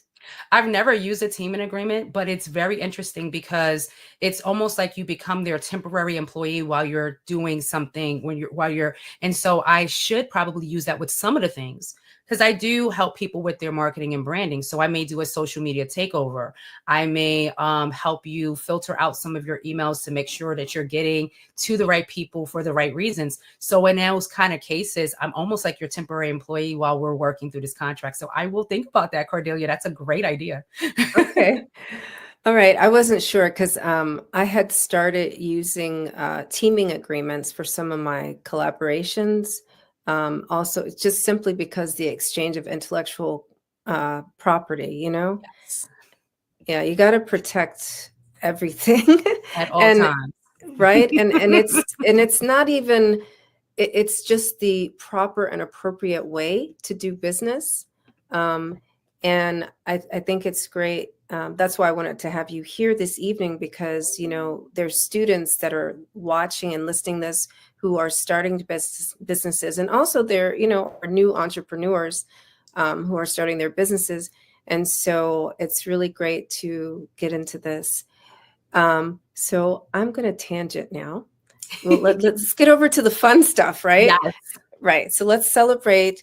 Let's see. I'm going to celebrate that you're in a pitch contest. Let's talk about that. How did you get in there? Thank you. Absolutely. Right. So this is probably going to be the first time because I do the podcast with Black-owned business community. So I've mentioned it, but I'm waiting till later in October to talk about it. So this will be the first time that I'm actually really speaking on it. So it's called Build Up Berkeley Business Pitch Competition. So the competition is between 10 finalists. So first off, yay, made the finalists, right? Congratulations. For SLM Bookings, my travel agency company, and I'll tell you why I'm in it for that. And then we are set to take courses because they want to make sure that if this is a new venture for you, if you are revamping or if you're launching a new product or service, that you go through all the proper channels. So every week we are in front of lawyers. We're in front of people from the college. We're going over grants. We're going over how to structure your business. Everything, making a business plan. So how many people have made a business plan when they first started their business and never looked at it again? Exactly. So we had just outing myself. So we've had two classes just on constructing your business plan, but making sure it stays your model. That if you need to update information, you're updating it because, people always talk about vision boards. Isn't that what that is? A business plan. Wait a minute. Hold your on. vision board. Brilliant. That is so brilliant. Just like, let's just pause. Let's illuminate this again. Let's hear that for the people so in the back. when they said that, and I said, this is almost like, because I've made a business plan, but I flew through it, you know what I mean? Never really paid it attention. But now when I'm working with experts and they're pointing out different things in the business plan that you should expand on and why you need to be coming back. And I'm like, this is just a vision board. So if you think about it that way, business plans aren't that hard, right? Go get you a business plan today. So thank you. The business plan is part of the competition. We actually have to turn in a business plan. And then we're going to have a popular vote. So you'll see me on social media begging people to come and vote for me. That's a prize all in itself. You don't have to win first, second, or third to get the popular vote, the People's Choice Award, I should say. So that's one thing that we're going for. And then we hit the stage November 1st to actually do our business pitch. We get 3 minutes for the business pitch, 5 minutes for questions, right? And we're already down to 9 contestants. So I'm super happy about that. That is amazing. Thank you. I'm so glad, that it's one of our own close to home people who's in the running. Thank you. And and for optics, who's a woman. So when we zoom in further, right? Yeah. Yeah. I get to check a lot of different boxes there. And I definitely invite people, because I have some pages up, I have multiple screens, to definitely visit developmentauthority.com/, SLM-bookings. That is my personal page right on the competition, where you can read a little bit more about me. And if you go back to where it says Build Up Berkeley, you'll be able to see all the information for the competition. You'll see the judges, you'll see our mentors, you'll see the other finalists that's there, amazing people, amazing businesses, and you'll see these prizes. Third place is $2,500. Second place is $5,000. First place is $10,000. So come and congratulate me November 1st for getting $10,000 for my business. We're believing with you. Absolutely. Thank you. Know? And I don't want people to think that I'm pouring in $10,000 to the travel business that I own. It's already owned. I'm already operating it. It's doing well. What I'm doing is I'm also a mentor and a trainer in this industry. I've actually trained I've mentored personally over 150 people. I've probably trained over thousands of people, because we cross-train between different agents to help each other out. And so I want to actually redevelop the training program so I can assist more people in getting into the travel industry, into becoming their own business owners, being able to own something that they can actually pass down to their families. And so this is what I want to use that for that program, because it will be able to successfully get people anywhere between 200 to 300 people a year into the travel industry. Wow. That's really noble. And, to create, I'm hearing intergenerational wealth. Yeah. That's what I love about it, right? Because even though I'm with a host agency, so that I don't have to worry about my license, my insurance, my bonding, my certifications, I take the courses through them. They house all of that for me. But this is still my business. So if I want to will it to someone, they can literally step in, take over my certifications, take over the license that I have for my business. I am registered federally, re-register with their information, and they already have a business. I already have clients. I have people that do referrals. I have returning clients. So this is already, it's like buying a laundromat, right? Yeah. A car wash. It's a service that people use, need, and will continue to do so throughout the end of time. So love it. Yeah. That's so I'm wondering if you're mentoring many women on this. Oh, absolutely. I get more women than I do men. We do get a lot of men, though, surprisingly. I've had some young men, too, who sees this as a great opportunity, because some people, you don't have to jump into the travel agency full throttle. You can come in part-time, get your understanding, do a couple of bookings, start to learn about how this goes. The people who are more successful are the ones that take their marketing and branding serious. So last year, I saw that this is what the disconnect was. I can teach you how to go to the sites and to book it, but I can't teach you how to be passionate about marketing yourself.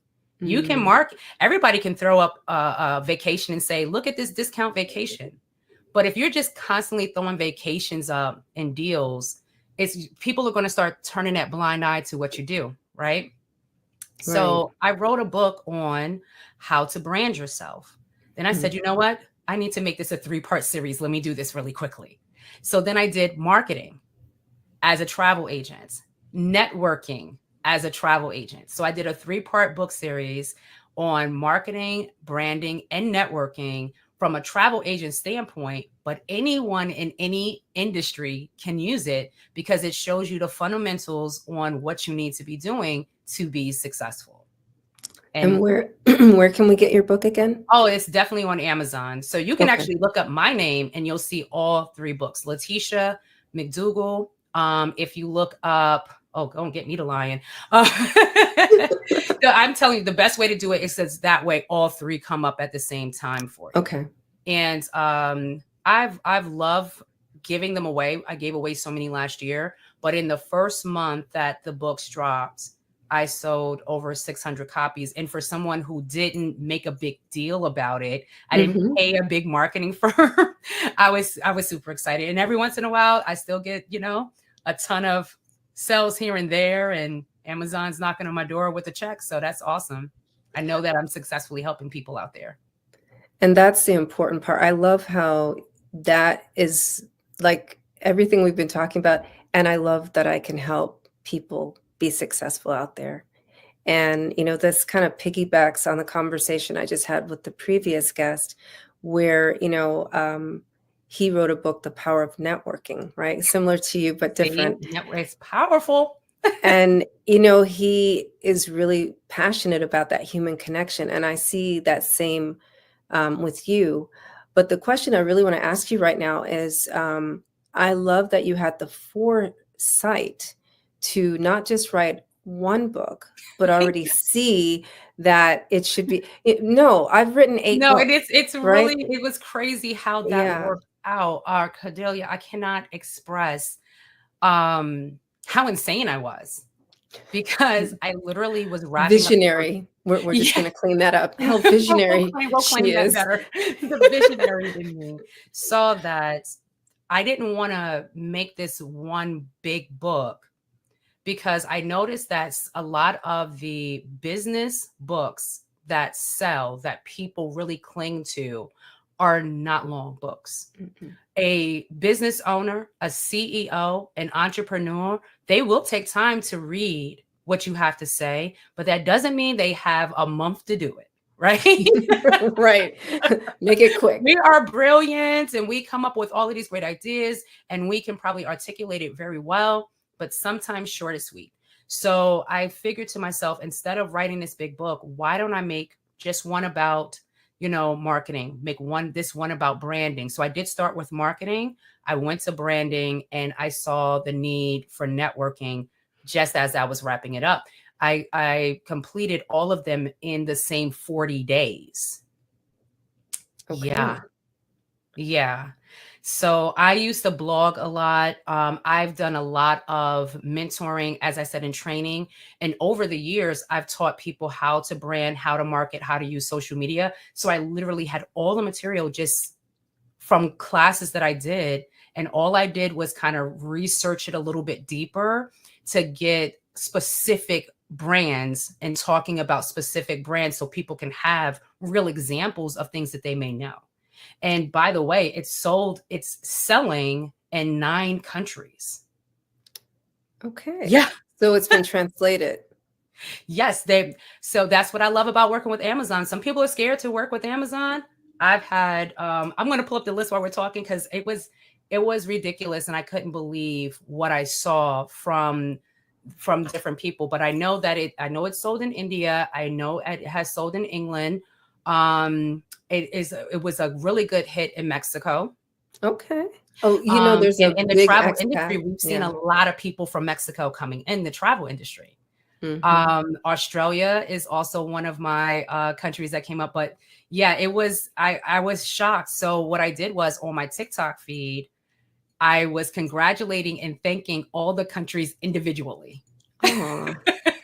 More human connection, There you go. a positive way to use social media. Absolutely. Absolutely. Not trying to sell the books, just trying to thank the people who already bought it. And what happens? Well, what are they talking about? Let me go and look into this. So, anytime you can thank someone else, you never know the rewards it's going to reap back for you. Yeah. We talked about gratitude also in the last conversation, right? So gratitude builds connections and it brings hearts closer, it makes you become top of mind, right? Yes. Yes. Well, the work that I do with Black-owned business community, we're all volunteers there. And we give our hearts, our souls, our sweat, our tears. Thanks so much to, as a matter of fact, to Tiffany Wright. She is the founder of BOBC. That's what it's affectionately known as, guys, BOBC. And you see the hard work that she puts in it, and she makes you want to give and put in just as much. And the people who have been getting and promoting and doing for BOBC, it does come back to us. So I think even at the event that you met me at, I was the moderator that night. Mm-hmm. We switched. Exactly. And here we are, so it definitely give when you can. And if you can't give monetary, you have a service you can probably give to someone. You're a specialist, you're a professional, you're something, you could do janitorial services, volunteer that to someone who might need it. You never know. Everything is not about that bottom dollar, because now you've done this thing for someone. You don't have to sit here with your hand on your clock waiting for it to return to you. Just know that it will. Yeah, especially, and I'm going to add this, if you do it with an open heart, yes, right? And you're in the value of gratitude. That's so very important. I want to touch back though on your books again, because some people may hear that you had a 3-part series. Why wasn't the third book on sales? Why is it on networking instead of sales? Absolutely. So the reason why I think that's probably the best question you asked all day. I know you've been interviewing people all day. This is going to clinch it, because when you network, you are selling. You're selling your business, you're selling yourself, you're selling your service. But in networking, you're also building those relationships that with people you may not have met just setting up a brick and mortar and waiting for them to come to you, right? Just posting online and waiting for people to respond and DM you and all of this stuff.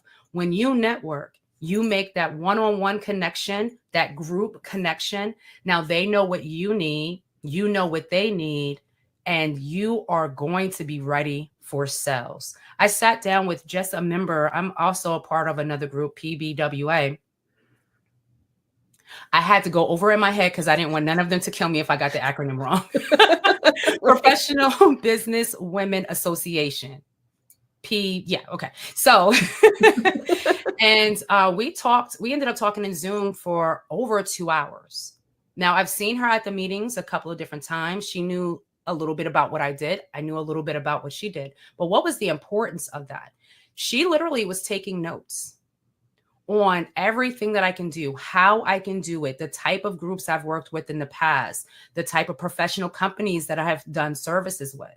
So just from the power of networking, I got sales coming down the YU soon, right?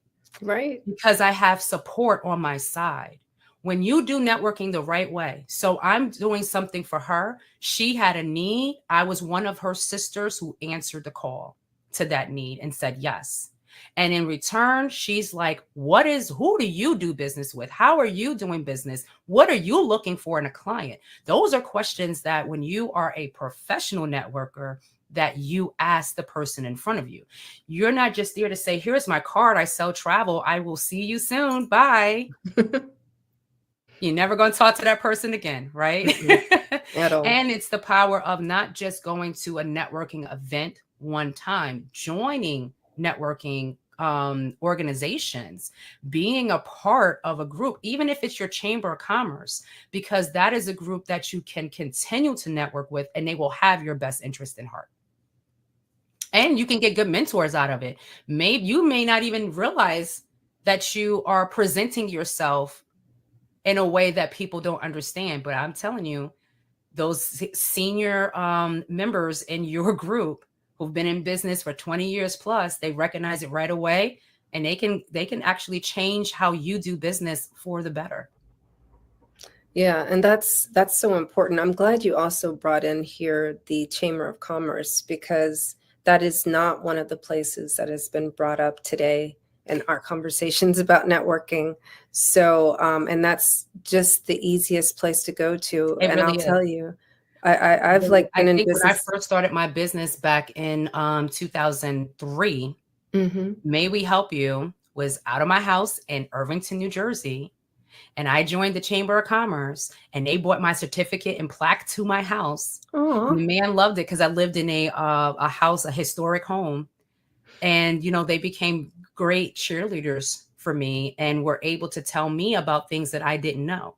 Like when I told you I started helping people to get jobs, they said, did you think about trades? We'll send you all the information. Maybe some people will want to become tradesmen for different things. You know, that's a dying industry. Like, oh, okay, great. And then I got connected. You never know. And the chambers are going to always be your oldest groups for networking. And I don't mean in age wise, I mean in the time that they have been established in your community. They can get you tapped into your direct community. So yeah, don't always show some love for the chamber. Yeah, I mean, I can't encourage that enough. It would be the first stop as a new business owner for sure. So I love that you highlighted that networking, that's your pipeline for sales, you know, basically. Absolutely. I was new to West Virginia. When I actually came to West Virginia in 2017, I had sold off, I had a digital broadcast network. And I was doing marketing, branding, building websites. I turned over the websites to those owners. I sold out most of the properties for the digital broadcast network. And I just wanted to just kind of stop, right? New area. My husband moved here because he was promoted in his career. And I just wanted to stop. And then I missed it. But now I'm the new guy in town. Yeah. I have a lot of building up to do. I have to set up ladders everywhere. And if it wasn't for organizations like Black-owned business community, I would not have been tapped in and connected with as many people as I have been. And through them, I take the recommendations, right? Because they are my seniors. So they're telling me, you need to go here. You need to meet with this person. You need to do this. Maybe think about joining this group. And I try to do as much of it as I can. And I'm now seeing the fruits of those labors. So networking is very important. You can have the best product in the world, but if you're not putting it in front of the right people, it's a dead product. Or you don't have a business, which is exactly the same thing. I've seen, you know, we've seen it come and go, right? People start a business 6 months later, a year later, maybe even 2 years later. So let's not be that. You don't have to be, just because you're an entrepreneur, you don't have to be alone. And you don't have to struggle. You don't. I'm a home-based business and I'm never alone. So, you know, I mean, sometimes it gets creepy. I'm just Okay, on that note, let's talk about self-care. I keep bringing that up because, you know, entrepreneurs, they hustle and they burn out, and these are two other reasons that businesses fail. So how has your self-care been along the journey? I am turning 45 this year. Congratulations. I'd never know that. Thank you. I would never know that. I got the chickmunk cheeks. That's why it hides it. But I can honestly tell you the one thing that I had to learn, and this goes from being in my 20s, being in my 30s, and I think I finally got it in my 30s, my late 30s. You got to take your days off. You just have to. You cannot be that 24-hour business. You just can't. Even if you have a restaurant that's open 7 days a week, you have to open up, you have to get the staff, you have to have some time when you are not available. One of the things that I did to eradicate a lot of the communication, I was always open, right? I took the notifications for social media off my phone. Yeah. That's step one. Step two, if you have a separate business line other than your cell phone. So my business line still rings to my cell phone, but it's a different number. So after a while, that number does not ring to my phone. Okay. You can text me, you can leave me messages, but I'm not even going to know you called until it comes back on. So you have to, when you work for someone, when you work for a company, you have paid vacation. You need to pay yourself to go on vacation. Okay. Repeat you that. Have to do Not it. just because you have a travel company, but no, I mean, but sometimes my vacations is going with the client to help them. So it's kind of like a workation. But when I tell you, you have to be completely turned off. And the best thing that you can do for yourself, no matter what time you wake up, I sometimes wake up late because I do a lot of my work overnight when I don't have to worry about calls, especially if I'm building websites, doing marketing, things like that, right? So I'd rather do that overnight when I know I'm not going to have that disturbance. The first thing you need to do when you wake up, don't drink that coffee, drink a full bottle of water. You need to make sure that your body completely resets. Don't get on the phone as soon as you wake up. Don't check your social media. Don't check your messages. Check outside your window. You got to get your mind right for the day. Sometimes if you jump right into it, before noon, you're already worn out. Yeah. So I think it's definitely important for especially small business owners and entrepreneurs who are the welcome, the cashier, the product maker, the deliverer, sometimes we just keep taking off hats and putting on new hats, right? You have to make sure you are reset first before you can touch anybody, so that you can always be ready to deliver. Yeah. So, yes. So we heard that and also I'll give another spin on why you start your day with a glass of water. It's, it actually makes you more alert and awake, right? So it's like a final detox to complete the cycle of sleep, because sleep is a detoxification process. And to make sure everything's pure and you're clear mentally and physically for the day, glass of water. And to add what you said about the looking outside, when your eyes see green, right? I'm assuming everyone has at least a tree and some grass, right?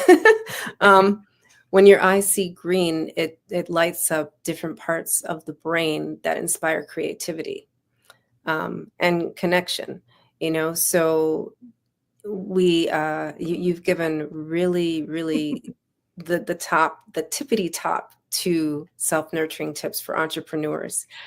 I could tell you, and it's not that it's because I'm smart. It's not. When I owned the digital broadcast network before, I had about 2 different health shows on that network. I learned so much, but what did it do? It changed me. When you, again, if you listen to someone who is an expert in something you are not an expert in, take their advice. They're telling you these things for a reason, especially as business owners, because sometimes we are mighty. We do so many things that people in our corner think we do no wrong.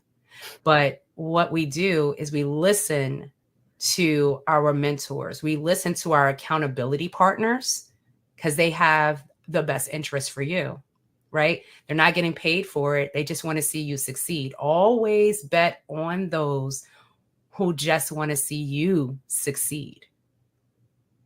I'm telling you, I'm super excited. I'm loving this conversation.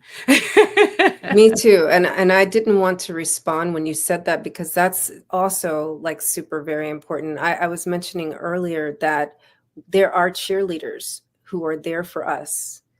And sometimes in our haste and in our not listening, we don't see them and we don't hear them.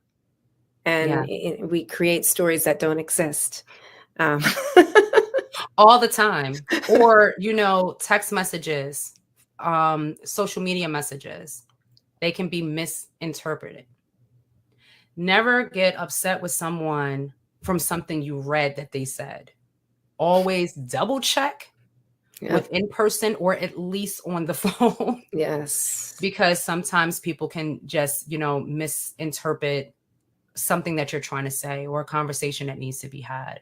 That's happened a lot. And it messes with your whole temperament. It can mess with your whole day. It can change how you do business because now you have this phobia, fear, or anger that's misplaced. Yeah. And human connection, is important especially amongst women. Yeah. Yeah. Especially to resolve conflicts.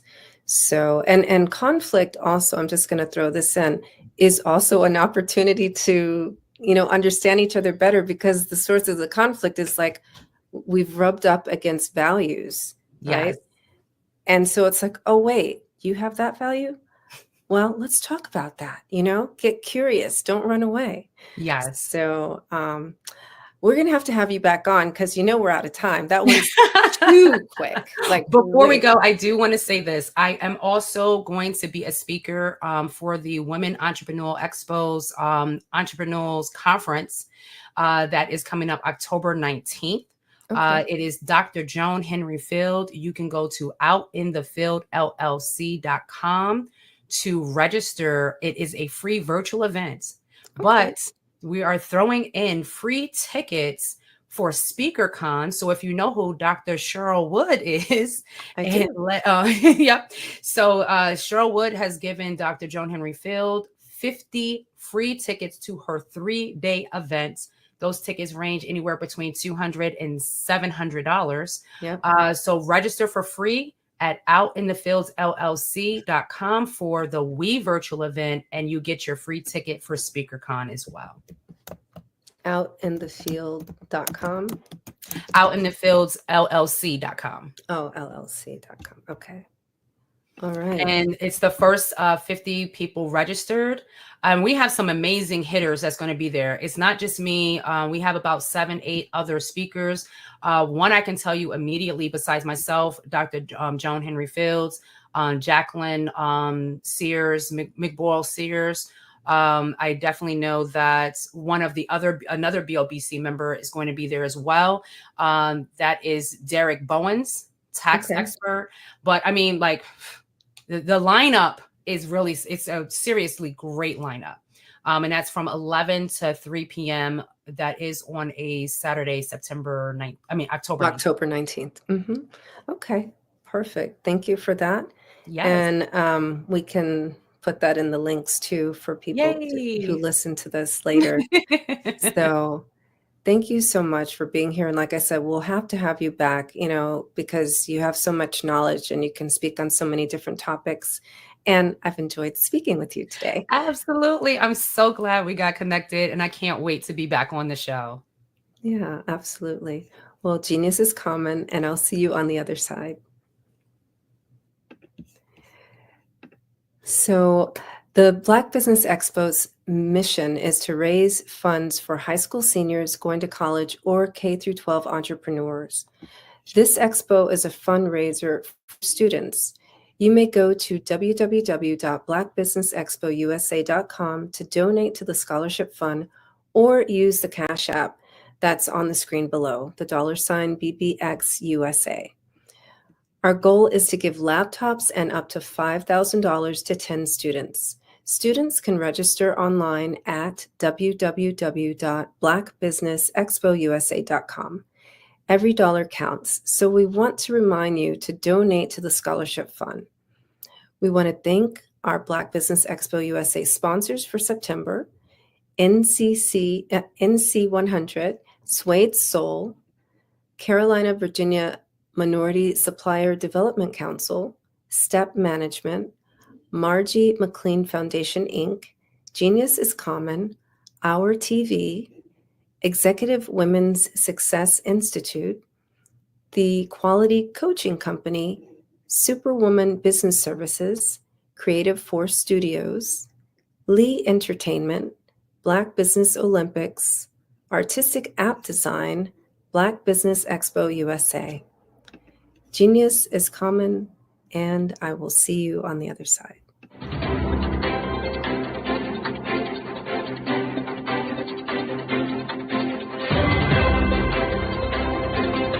Over the past few years, we've seen the growth of existing and new initiatives focused on financial inclusion, building global networks, and reducing the wealth gap in response to the idea there's not enough seats at the table. Whether their outcomes are to increase the representation of Black executives on corporate boards, ensure an inclusive global economy, or to create new U.S. African commercial pathways, the strategies are often carried out by separate programs. The question is, should they be? With the continent of Africa being home to more than half of the world's fastest growing economies, the youngest workforce, over 400 companies generating more than $1 billion annually, 700 generating more than $500 million annually that are poised for growth, and being the destination of nearly $5 billion in venture capital in 2021. The diversifying U.S. and Africa commercial engagement by building bridges between African businesses and their U.S. diaspora should begin being seen as mutually beneficial. From helping to reduce Africa's enormous capital gap to catalyzing two-way trade opportunities, the COVID-19 global pandemic hopefully has taught us that global challenges and opportunities are more interconnected than we thought. During the pandemic, African companies like Unicorn Flutterwave, insurance provider Reliance Health, ride-hailing app Yasir, and 54Gene, the continent's first bank of DNA on people of African descent, proved that when African companies have access to networks, capital, and information, they grow big, grow fast, and create solutions that are valuable to the world. This is why Be Direct was created. We are the first U.S.-based but African-centric board preparedness and board search company designed to connect U.S. Black talent and corporations to African businesses. Unique and fundamental to Be Direct's success is our process of helping board candidates adapt their experience and networks to an African context before they're connected to high-growth companies that are looking to locally and globally scale. From our focus groups with African business execs and government leaders, we don't ignore the sentiment that business is easy, but people are hard. Having a pool of board candidates with hard-to-access networks and extensive experience across the business life cycle, including successfully raising capital, is table stakes for an initiative like this. So yes, we have that. But corporate or entrepreneurial success in the U.S. does not guarantee success in Africa. Developed alongside industry partners on the continent, our training program, Be Direct Prep, is designed to transpose their experience to create cultural comfort, understanding, and a commitment to helping businesses in Africa scale. Our board governance sessions are African, continental, and country-specific, integrated with cultural awareness and dexterity training, masterclasses led by African industry execs, and mentoring and coaching from African continental-based facilitators. But even more unique to Be Direct Prep, we cap off our training program with an immersion trip to help candidates that have not been to Africa before see and feel Africa's complexity and opportunity from African soil. We all know traditional network-based board placement has historically left a lot of us out of ever really being in the paid board pipeline. Our strategy supports the work of many great organizations that are successfully filling seats at U.S. board tables by creating more tables for those that are still left on the sideline. It's time to start seeing the role and value of U.S. Black talent and businesses on the continent of Africa differently. Old perceptions and habits limit economic inclusion. Let's transition Black talent and the African businesses they will support from the periphery of the global economy to its core. Living in a global lockdown, we all know now how fast local and global economies can change, and see the value of having businesses that hire, strengthen local value chains, and even grow globally. Status quo in any form holds back progress. We must democratize U.S.-Africa commercial engagement by socially and economically connecting cultures that have long been disconnected. It's time for Africa's U.S. diaspora to redefine their global value by helping African businesses scale continentally and globally.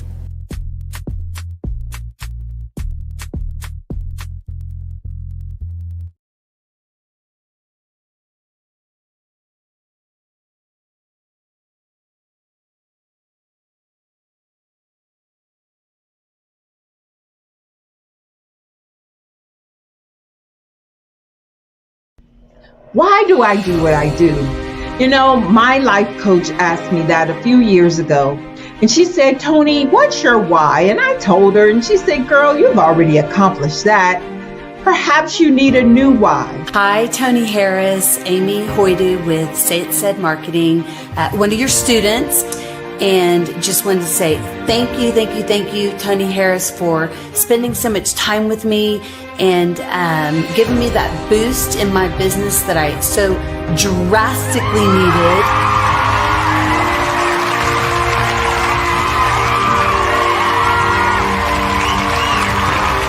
My why is to touch, move, and inspire my clients to take drastic steps to be better than they were before they met me. I'm a resource, I'm a connector. I want to help people build deeper relationships that are beneficial to their life and business. That's what I do best. So, first thing you got to do is show up. And speaking is a way to magnetically attract your ideal client to you. How many of you use social media that way?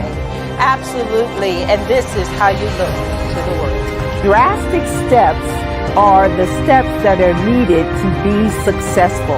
And my business is drastic denotes a mindset. Getting out of your comfort zone, doing something that you don't necessarily feel comfortable doing, want to do, but you know it's a necessary step to be successful in your business. I get the most satisfaction when I see my connections flourishing into relationships long after I am gone. Hi, my name is Jasmine Augustine with Media Jasmine, and I've joined several networking and referral groups in the area. And Network in Action Northeast Houston with Tony Harris Taylor is one of the best organizations that I've joined. I love that piece of what I do, and it is what fuels my fire.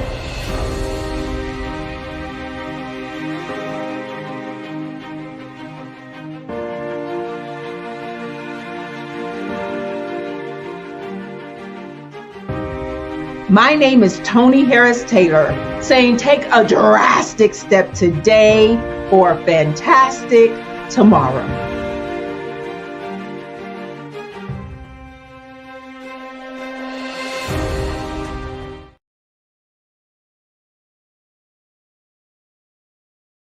Absolutely. So our coaching program help people that have the lack of time, that lack strategies, and lack the confidence to go after their dream life. So we help them implement tools. We help them implement, I love to leave the inherited lack of finances or the education behind finances. But it wasn't until I lost my firstborn, my only son, that life changed for me. And where I was going after it all, living the corporate life, hit my 6-figure income, and living in my dream house with my dream man, driving my dream car. Wow. I nearly lost it all when I lost my son. And so I realized it only takes one financial catastrophe that can change your entire life. That's what made me start All New Beginnings. Because no matter what's going on in life, there's a new beginning. And because of that, we develop a program called Wise Minded. My little slogan is, don't just dream it, let's live it. If they want to connect with you or work with you, what is the best ways for them to be able to do that? Well, for my social media guru, you can connect with me on every single social media platform as Tanya T. Rose.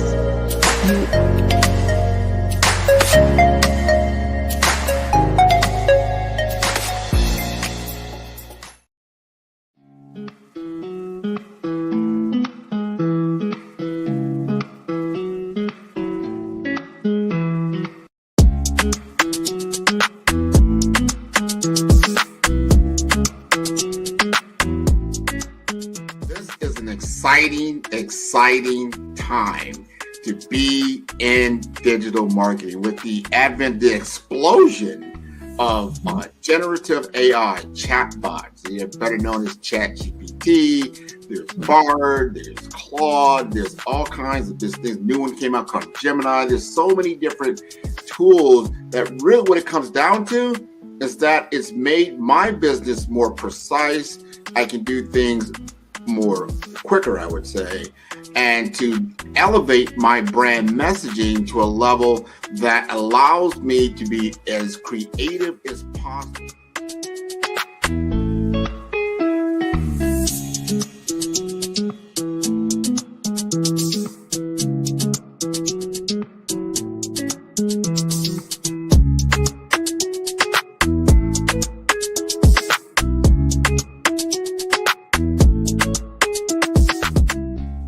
Digital market economy is taking the world by storm, probably over the last decade or so, but is really escalating now in the advent of AI because it is a game changer for a lot of businesses. It's not just all the big boys that can play in this space because of cloud computing, because of mobile computing, and now you have these tools at your disposal. You've got a laptop, you've got a computer, you can now digitize yourself to a level and get your message out there, and that equates to business.